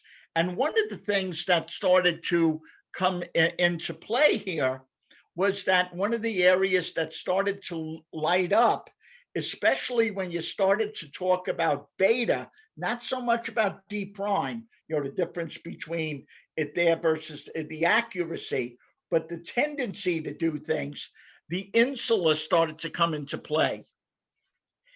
And so always the important thing is when you have this, so first of all, it's very hard to take a primate model, given the size of the insula, that you go and you systematically destroy all different parts of the insula on both sides. So it's very hard to create a primate model for this. However, there are certain people who suffered strokes. If you notice, we're sitting where? Right along the lateral sulcus. And you end up having people with certain types of middle cerebral artery strokes that end up with highly selective damage and destruction of the insula, which is sitting right alongside that. And so basically, and of course, Jin went to a country that had a centralized medical base, and B is extremely large. It's called the People's Republic of China. And what he was able to do in an incredible series of collaborations is get a large enough sample size of people with very selective insular destruction on both sides, and then started to test these people in terms of these go, no go tasks, and basically show the sort of deficits that the person will go on with. And the deficits would be that, a lot of certain types of conservative judgment as to whether to go all in and whatever, the person tends to spend the bank, especially when you're now starting to go through a paradigm in which successful hits are heavily rewarded, but then successful, but false alarms are incredibly punished. And you basically don't see that judgment within the insular cortex. So here we have a whole bunch of insights about a series of the insular cortex mediating some very important types of cognitive tasks. So people interested in imaging should approach Dr. Fan to see if there's some possibility of working in his lab. So now this becomes a very nice, what I call a striatal and extrastriatal expanse is a very easy way for looking at a whole bunch of the structures that we're going to see in these more and more caudal sections, because this sort of layout sort of gives you a very quick picture of the whole inner part of the brain as we move caudally. Okay, so the last thing that I want to pay attention to is, as you remember, as I said, we no longer have an interhemispheric fissure because on the ventral surface, because the frontal lobe is now ended. And what do we now start to see? So what we basically start to see right here in the center here is the optic chiasm and the optic nerve and tract. So there is the optic chiasm and optic nerve and tract. What we're seeing here is the left and the right anterior cerebral arteries as they're coming forward. And we followed them forward as they went through the ventral surface of the interhemispheric fissure. Then what you can see behind this in the space is you can basically see the infundibulum right there. So we're basically looking at areas around the tubus cinereum and the pituitary gland, the optic nerve and the optic tract, and the anterior cerebral artery. Let me just check where I am here. Good, we're doing terrific. Okay.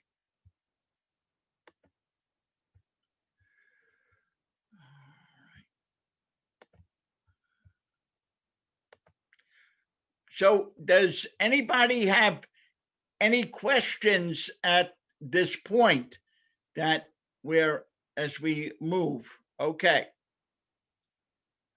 All right.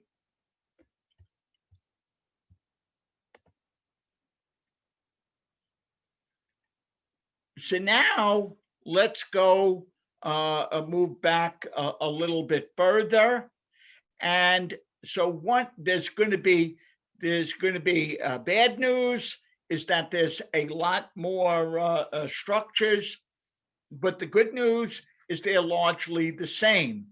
So one of the first things you can always do, where the way I've done this, is you can see what is being emphasized before you even look at the picture, and you can see what stays the same and what isn't. So what basically happened when we were looking at coronal number 4, where we saw was the optic chiasm and the optic nerve. So if you now reach back to how I taught this course, and we talked about the inferior surface of the brain, what I basically used the optic chiasm and optic tract as being the rostral border on the inferior surface of the brain that separates the diencephalon from the telencephalon. So what we basically know with coronal 4 is that we were just about to begin to enter into the diencephalon.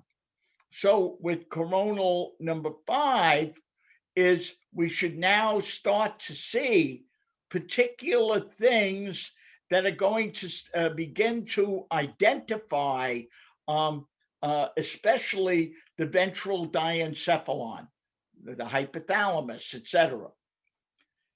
Also, what we saw on coronal 4 was we saw the anterior commissure, and therefore, if we're seeing the anterior commissure, knowing that the anterior commissure comes out of the medial temporal lobe and the amygdala, we're going to start to see those structures. So that is something else that we're beginning to see here. So now let us start to define particular things. The interhemispheric fissure, the superior frontal gyrus, the superior frontal sulcus,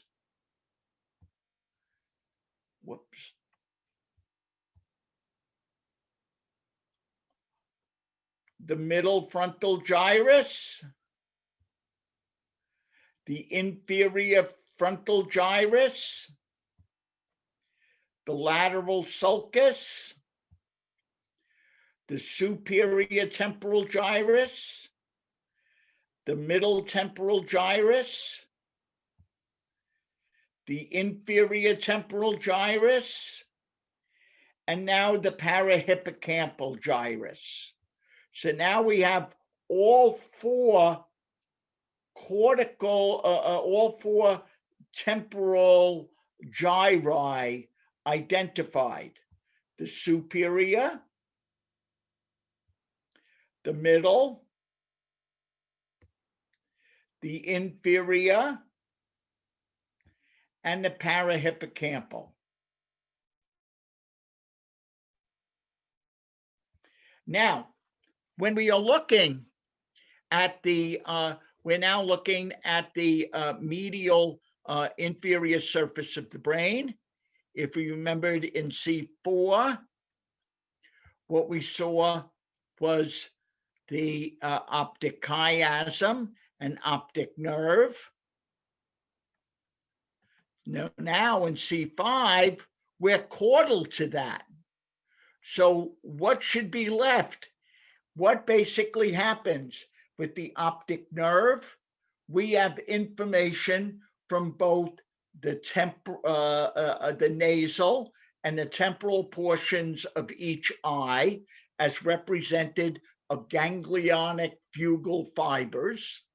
And what we know is that they exit out of the retina via the blind spot and come back in towards the brain. The temporal aspects of each of those fibers is going to stay ipsilateral.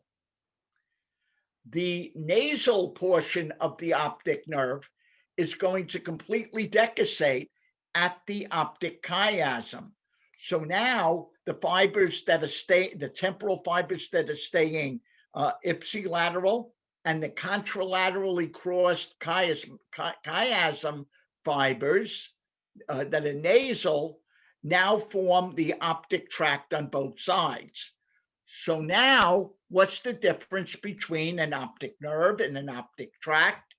With an optic nerve, you have information from both visual fields, because as we know, information from the left visual field goes into the nasal portion of the left eye, the temporal portion of the right, and vice versa for the right visual field.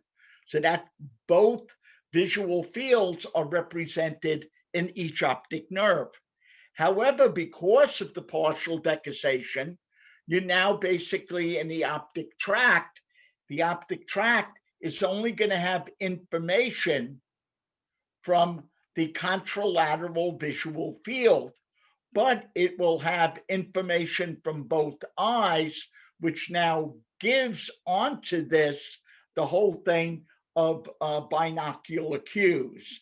And of course, these sets of fibers in the optic tract are coursing their way, the vast majority of them are coursing their way into what? The lateral geniculate body, where 1, 4, and 6 are going to be the contralateral fibers, and 2, 3, and 5 are going to be the ipsilateral fibers going into the lateral geniculate body, and then those the genicular radiation fibers go back into the primary occipital cortex. So what we're basically seeing here is the optic tract, and where is that going to be going? It's going to be going out here and a bit more caudally. So it's going to be going in this direction as we move caudally, as it makes its way to the lateral geniculate body. What else do we basically see here? Well, back over here, we saw peeking behind the optic chiasm and everything is part of the infundibulum. So now we're actually seeing the infundibular stalk. And so now what we start to see is, even though we have the optic tract here and the infundibular stalk, we now start to see diencephalon. Why is that? Because what do we now see very clearly is a third ventricle. So here is the third ventricle. So what we're seeing is periventricular hypothalamus. And then, of course, what we're going to be seeing here is preoptic hypothalamus here and here. Now, the other thing when we're looking at the third ventricle is we see a fiber tract here, and we see a fiber tract here. This is the same fiber tract. Why is that? Because this fiber tract, which originates caudally, courses forward, then comes down, and then courses backward towards the mammillary bodies. This is the fornix. So what we're basically seeing here is a portion. If we go back to C4, we saw our friend the anterior commissure, where we are not seeing the columns of the fornix. Between here and here, we're going to be basically seeing the decussation of the anterior commissure, and then we're going to see the columns of the fornix. But we're seeing, if the fornix is shaped like this, going caudally to rostally, coming down to be the columns of the fornix, and now going backwards, this is the fornix here. And now notice that that anterior limb of the internal capsule is coming further and further, being more defined and coming in further. And then what we see is the anterior commissure, because the way the anterior commissure is shaped is it's like an arch, but it's an arch that bends forward. So if you notice my two elbows, which is the beginning of the arch, is more caudal than where the arch actually decussates. So you can see this emerging from the medial temporal lobe, and it will go forward right when the columns of the fornix pass. Okay, and that would be just before the third ventricle ever formed. So now we have still that sort of horn-like shape. So we still have an anterior horn and lateral ventricle, septum pellucidum, chordate, but now we can see the chordate has gotten a bit smaller, so we can more properly call this the body of the chordate.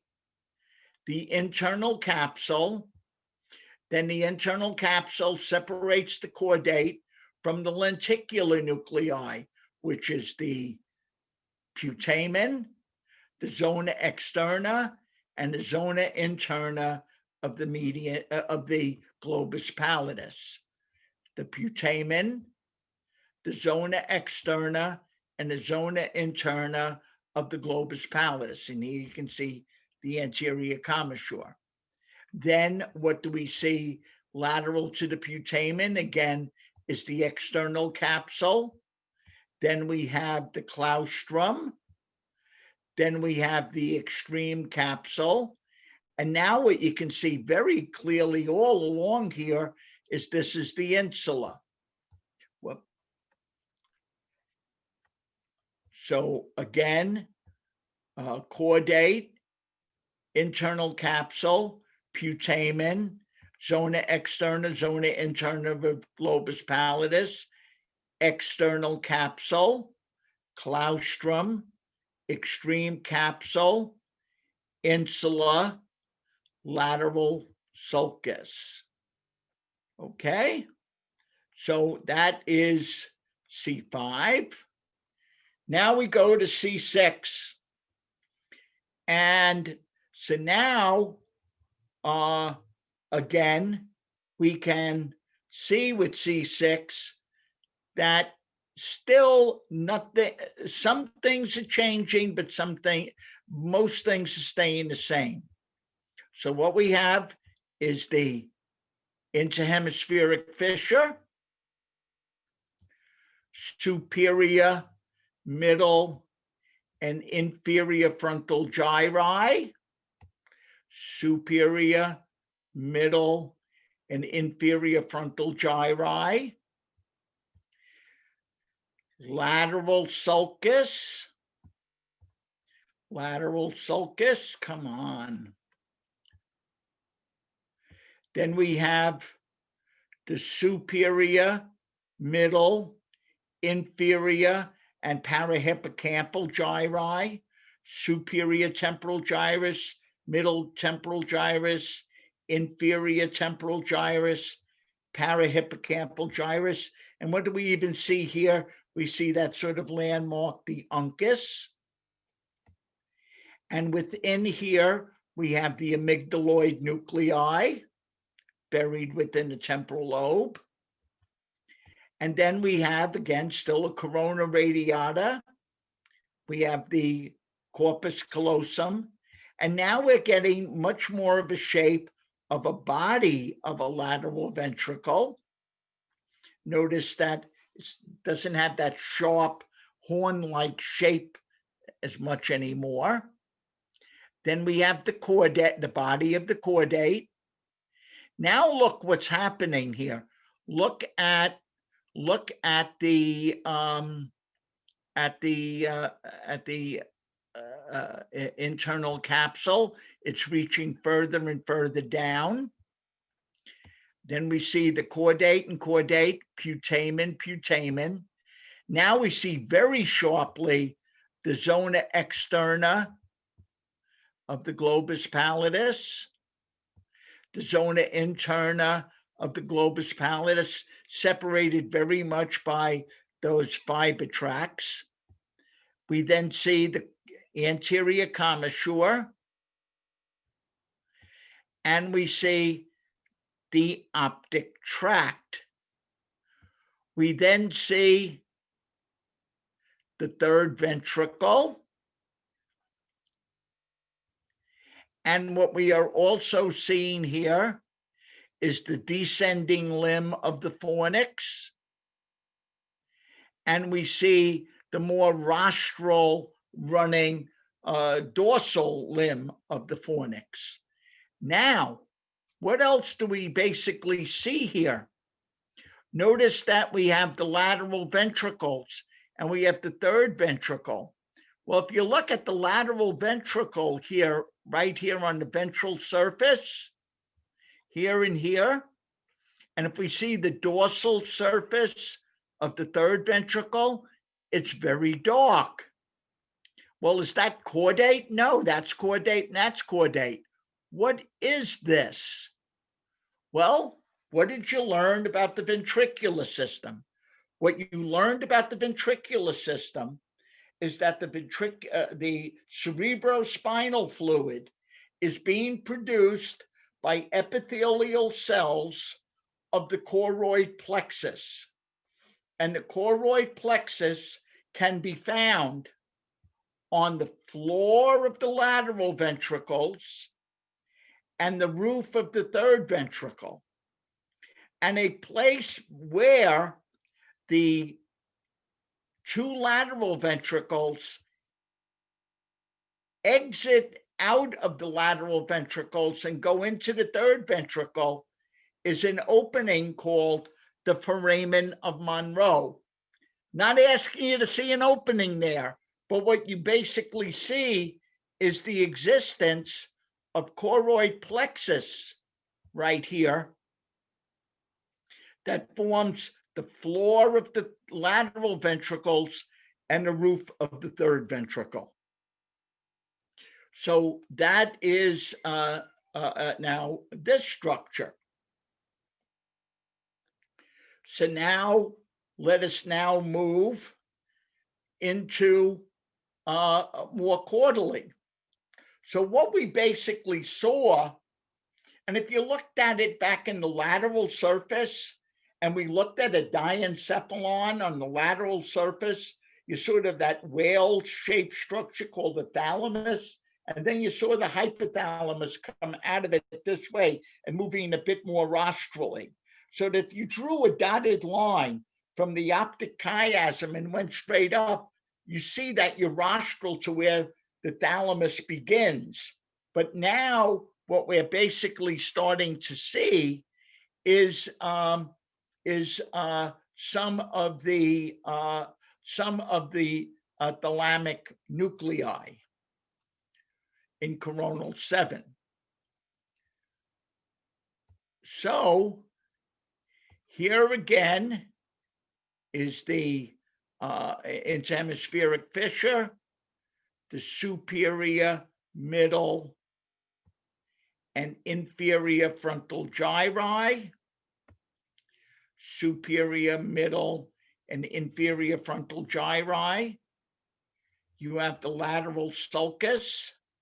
You have the superior, middle, and inferior and parahippocampal gyri in the temporal lobe.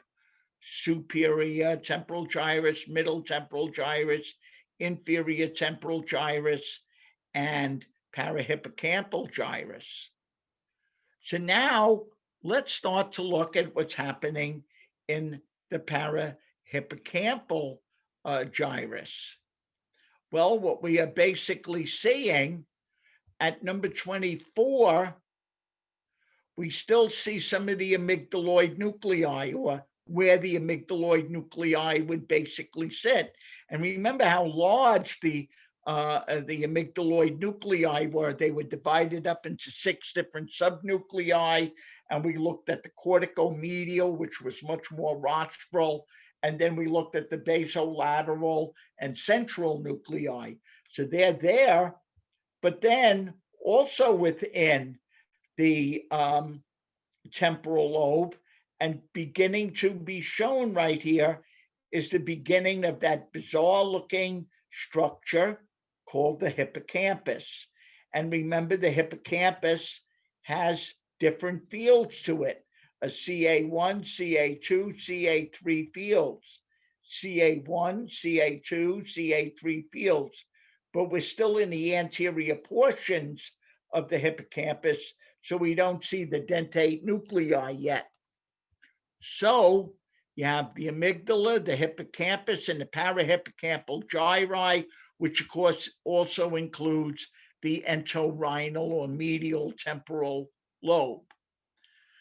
Okay, so now if we're looking, we basically now looked at all of these, so now let's look within, and we still have a third ventricle.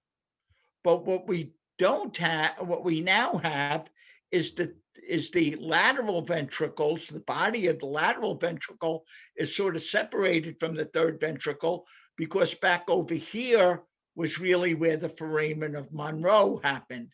So we're now caudal to that. So what we now have is, if we have the body of the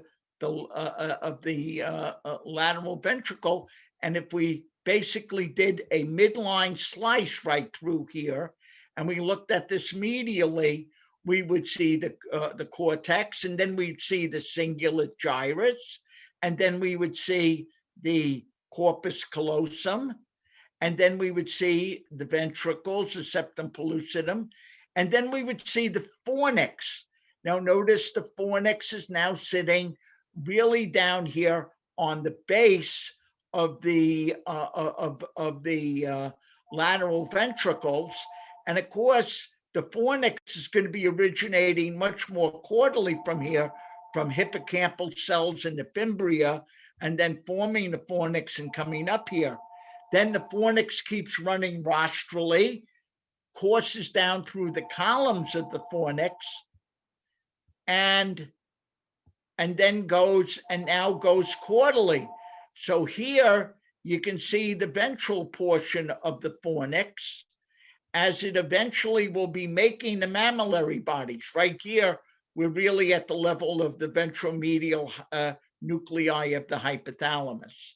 Now, the other wonderful thing that I like to sort of pinpoint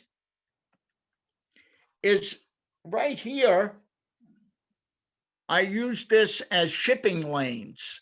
Let me think about this as shipping lanes. What we have is the internal capsule, right? You see, it hasn't reached the inferior surface of the brain yet. We also have the optic chiasm, which is going to give rise to the optic tract. Now we have the internal capsule moving down a little bit more inferiorly, and we have the optic tract very, very clearly separated after the chiasm.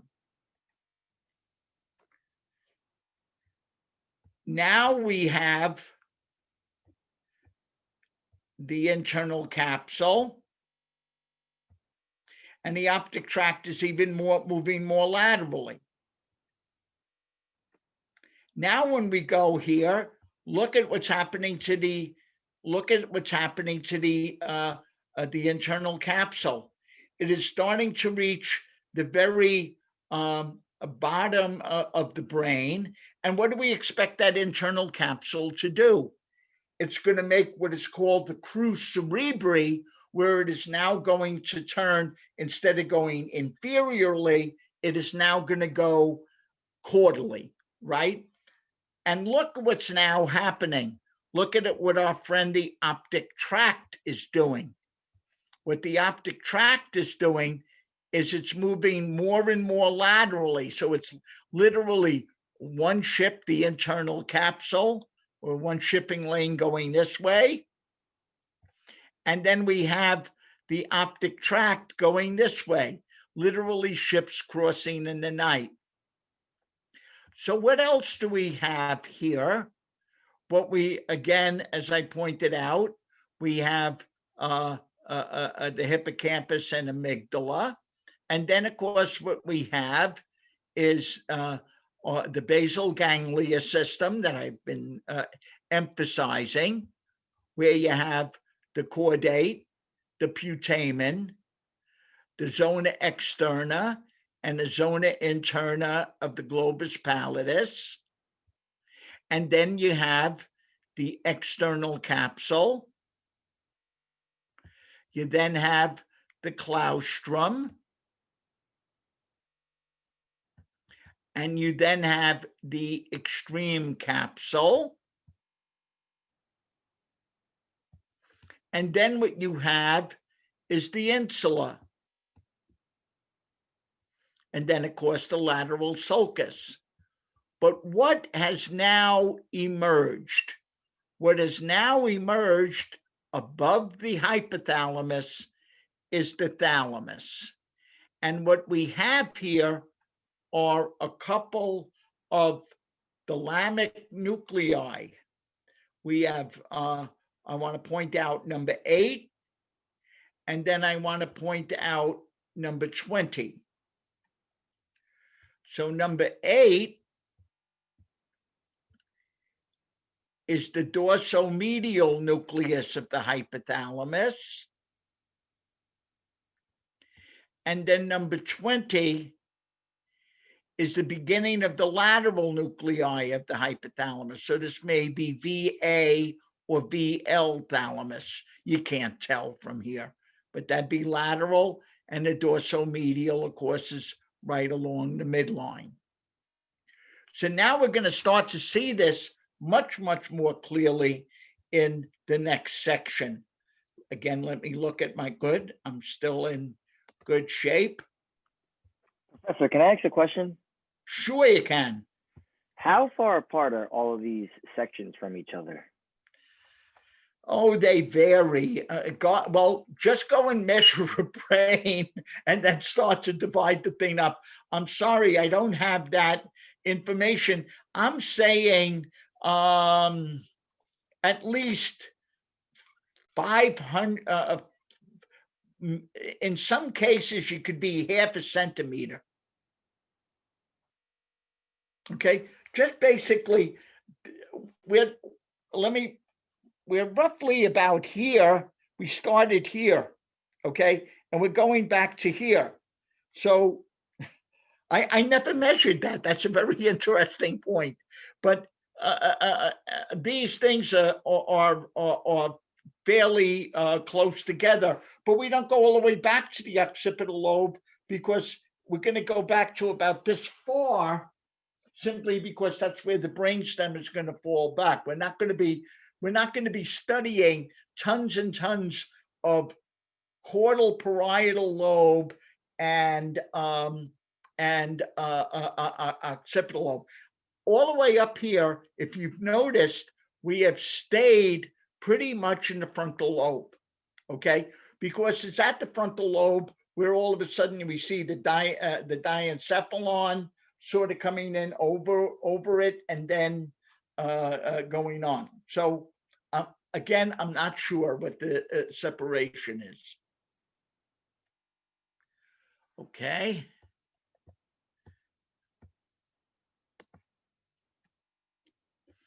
Okay, so now we start to have a lot of fun. And if I were to go, remember how I said I'd like to have a representative section on a coronal level that I could always hold up and then look at all the different horizontal sections and sort of identify on each of those horizontal sections that corresponding part of the coronal section or that corresponding part of a sagittal section. My guess here is C8 is probably one of the best, okay? So my guess is C6 to C10, but C8 I think is one of the best. So here we go, and let's start to see what we have. What we have is the Inter-Hemispheric Fissure. Then we have the superior frontal gyrus, and we have a little piece of middle frontal gyrus. But now something wild happens. Right here is the pre-central sulcus. Here is the pre-central sulcus. So number 7 is the pre-central gyrus. Number 8 is the central sulcus. And number 9 is the post-central gyrus. So what you can basically see here at 7 and 9 is where the pre-central motor fibers and the post-central somatosensory fibers can enter into the corona radiata and provide information. Then, of course, we have the lateral sulcus. And then we have the superior temporal gyrus, the middle temporal gyrus, the inferior temporal gyrus, and the parahippocampal gyrus. So what we're having right here is where the frontal lobe and the parietal lobe are starting to separate.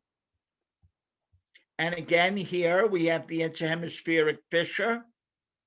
We have the corpus callosum. We have the lateral ventricles. We now have very definitely a body of the chordate nucleus. And now what we have is on the floor.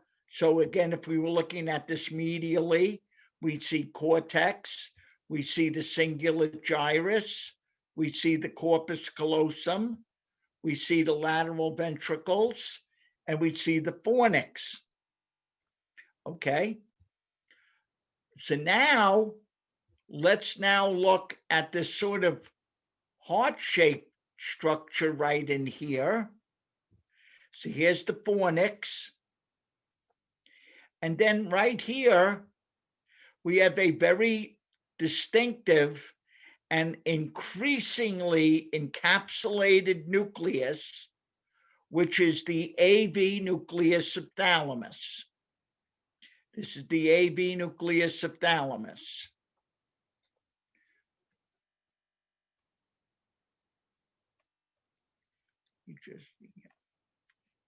So the AV nucleus of thalamus, again, when we look at this, I basically think of the AV nucleus of thalamus as the torch on Lady Liberty, okay, standing in New York Harbor.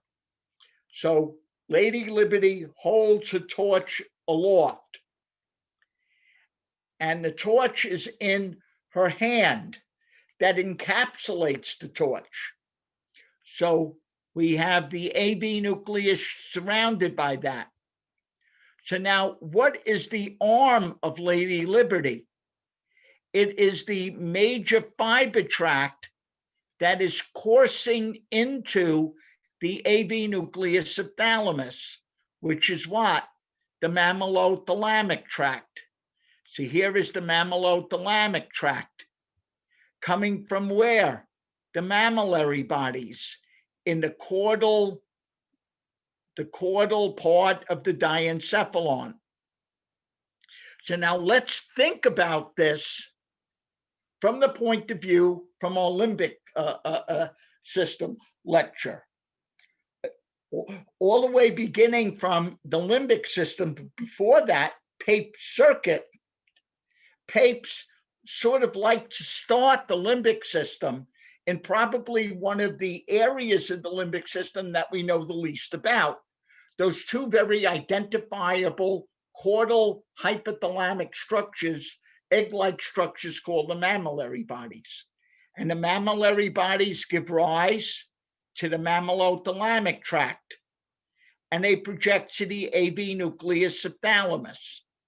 Now, when we looked at the AV nucleus of thalamus, and when I introduced the AV nucleus of thalamus as the first nucleus to talk about in my thalamus lecture, I basically made the point that one classic way of thinking about the thalamus was that they were merely relay nuclei, where relay nuclei means it's like a bucket brigade and you're handing the bucket to the next person and handing it on. And it sort of says, are you an absolutely essential person? It doesn't feel very essential. It feels very passive. Yet, what do we know about the AV nucleus of thalamus? The AV nucleus of thalamus is going to send out fibers that eventually will start in the AV nucleus of thalamus, but innervate the cingulate gyrus, okay? But the AV nucleus of thalamus has two major inputs.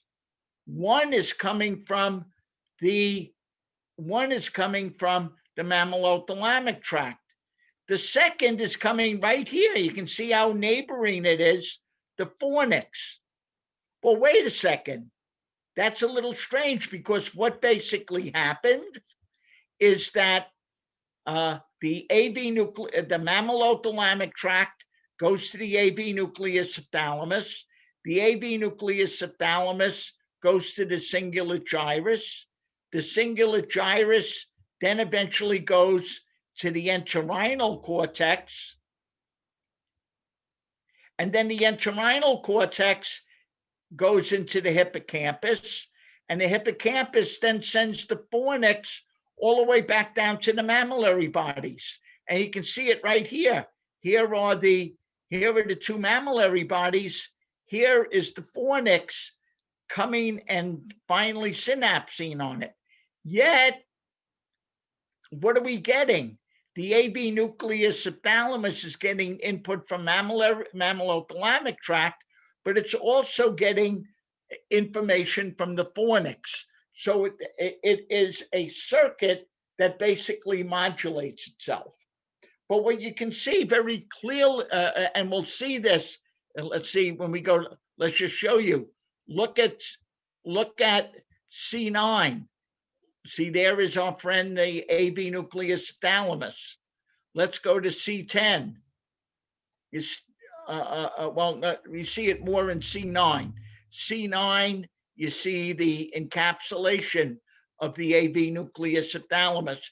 We'll also see this encapsulation very beautifully in the horizontal sections. So the AV nucleus of thalamus, sits here very close to the fornix where it gets input and the mammillothalamic tract. Then, of course, we still have the dorsomedial nuclei, and we have some lateral nuclei of the thalamus. We can't tell which ones. So now we have the third ventricle, and we have the caudal hypothalamic nuclei, including the mammillary bodies. So now what else is happening here? Well, what else is happening is, if you remembered where we went back, we go here and we see a what? We see the internal capsule and we see the optic tract. We see the internal capsule and we see the optic tract. Now we see the internal capsule almost reaching the inferior surface of the brain, and we have the optic tract. Now what do we have? We have the internal capsule and the crus cerebri coming in, and now that with the crus cerebri, what else are we going to start? We're going to also start to have is some medial lemniscal fibers that will eventually be going into the post-central gyrus for the posterior limb. And if you now look at this, look at where the optic tract is. It's here and it's here. They're literally going in different directions. So now, so we have the chordate, the internal capsule, we have the putamen, we have the zona externa of the globus pallidus, we have the zona interna of the globus pallidus, we have the external capsule, we have the claustrum,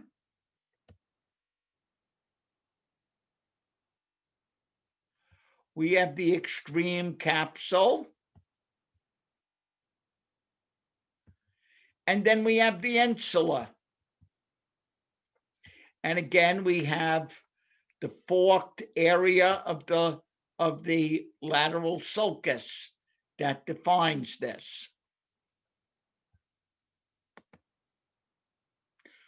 Okay, so it's so what we have gone up to is slide number 8, and we'll do a review of this in the next class.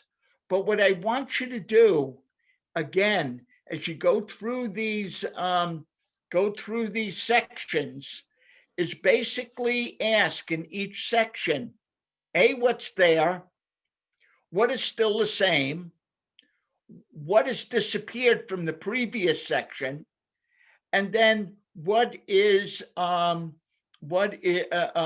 what's new, and where are we in general. And this is why you may find me boring pointing out superior frontal gyrus and middle frontal gyrus, and things like that you went over before, but it gives you a sense of roughly where you are in that gross brain. So very often you may want to jump back to those gross anatomy sections just to get a sense of where you are in each one of these things.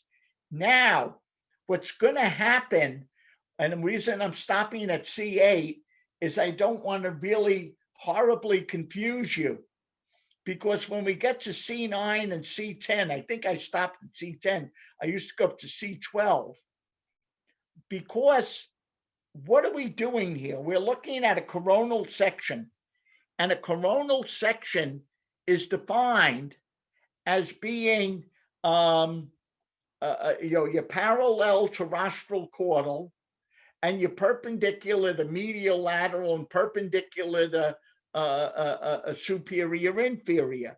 So you're marching straight back, and you're feeling whatever at the top of the superior surface of the brain and the inferior surface of the brain, you're sort of straight up and down. But eventually what's going to happen, we're going to get into that weird thing that we basically saw when we started with the midbrain. That is that the sections, it's very hard to make them coronal. You have to actually cut at a different thing, because the brain, if you basically did my beginning thing, we had the vertical axis here and the horizontal axis here. We have a whole portion of the brain that's on an oblique. And we're going to start to see this when we cut through the coronal sections. So you're going to actually start to see what you might be calling optical illusions and where certain things are. So, and what we'll basically see is another interesting thing that people used to study in classic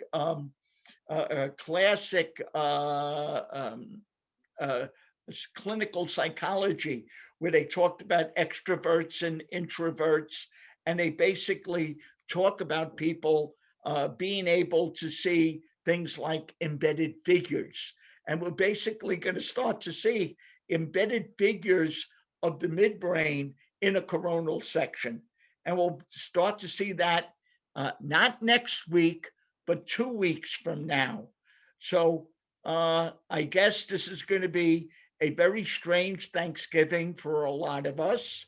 I know for one, I would love to have seen my 2 sons and their significant others, but where that's not to be. We'll see them via Zoom.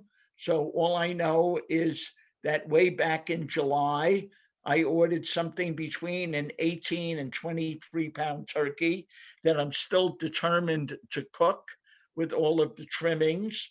And then me and my wife will become incredibly creative in carving the thing up and then freezing it in different shapes and formulations. So I hope for all of you that you all have a very nice Thanksgiving.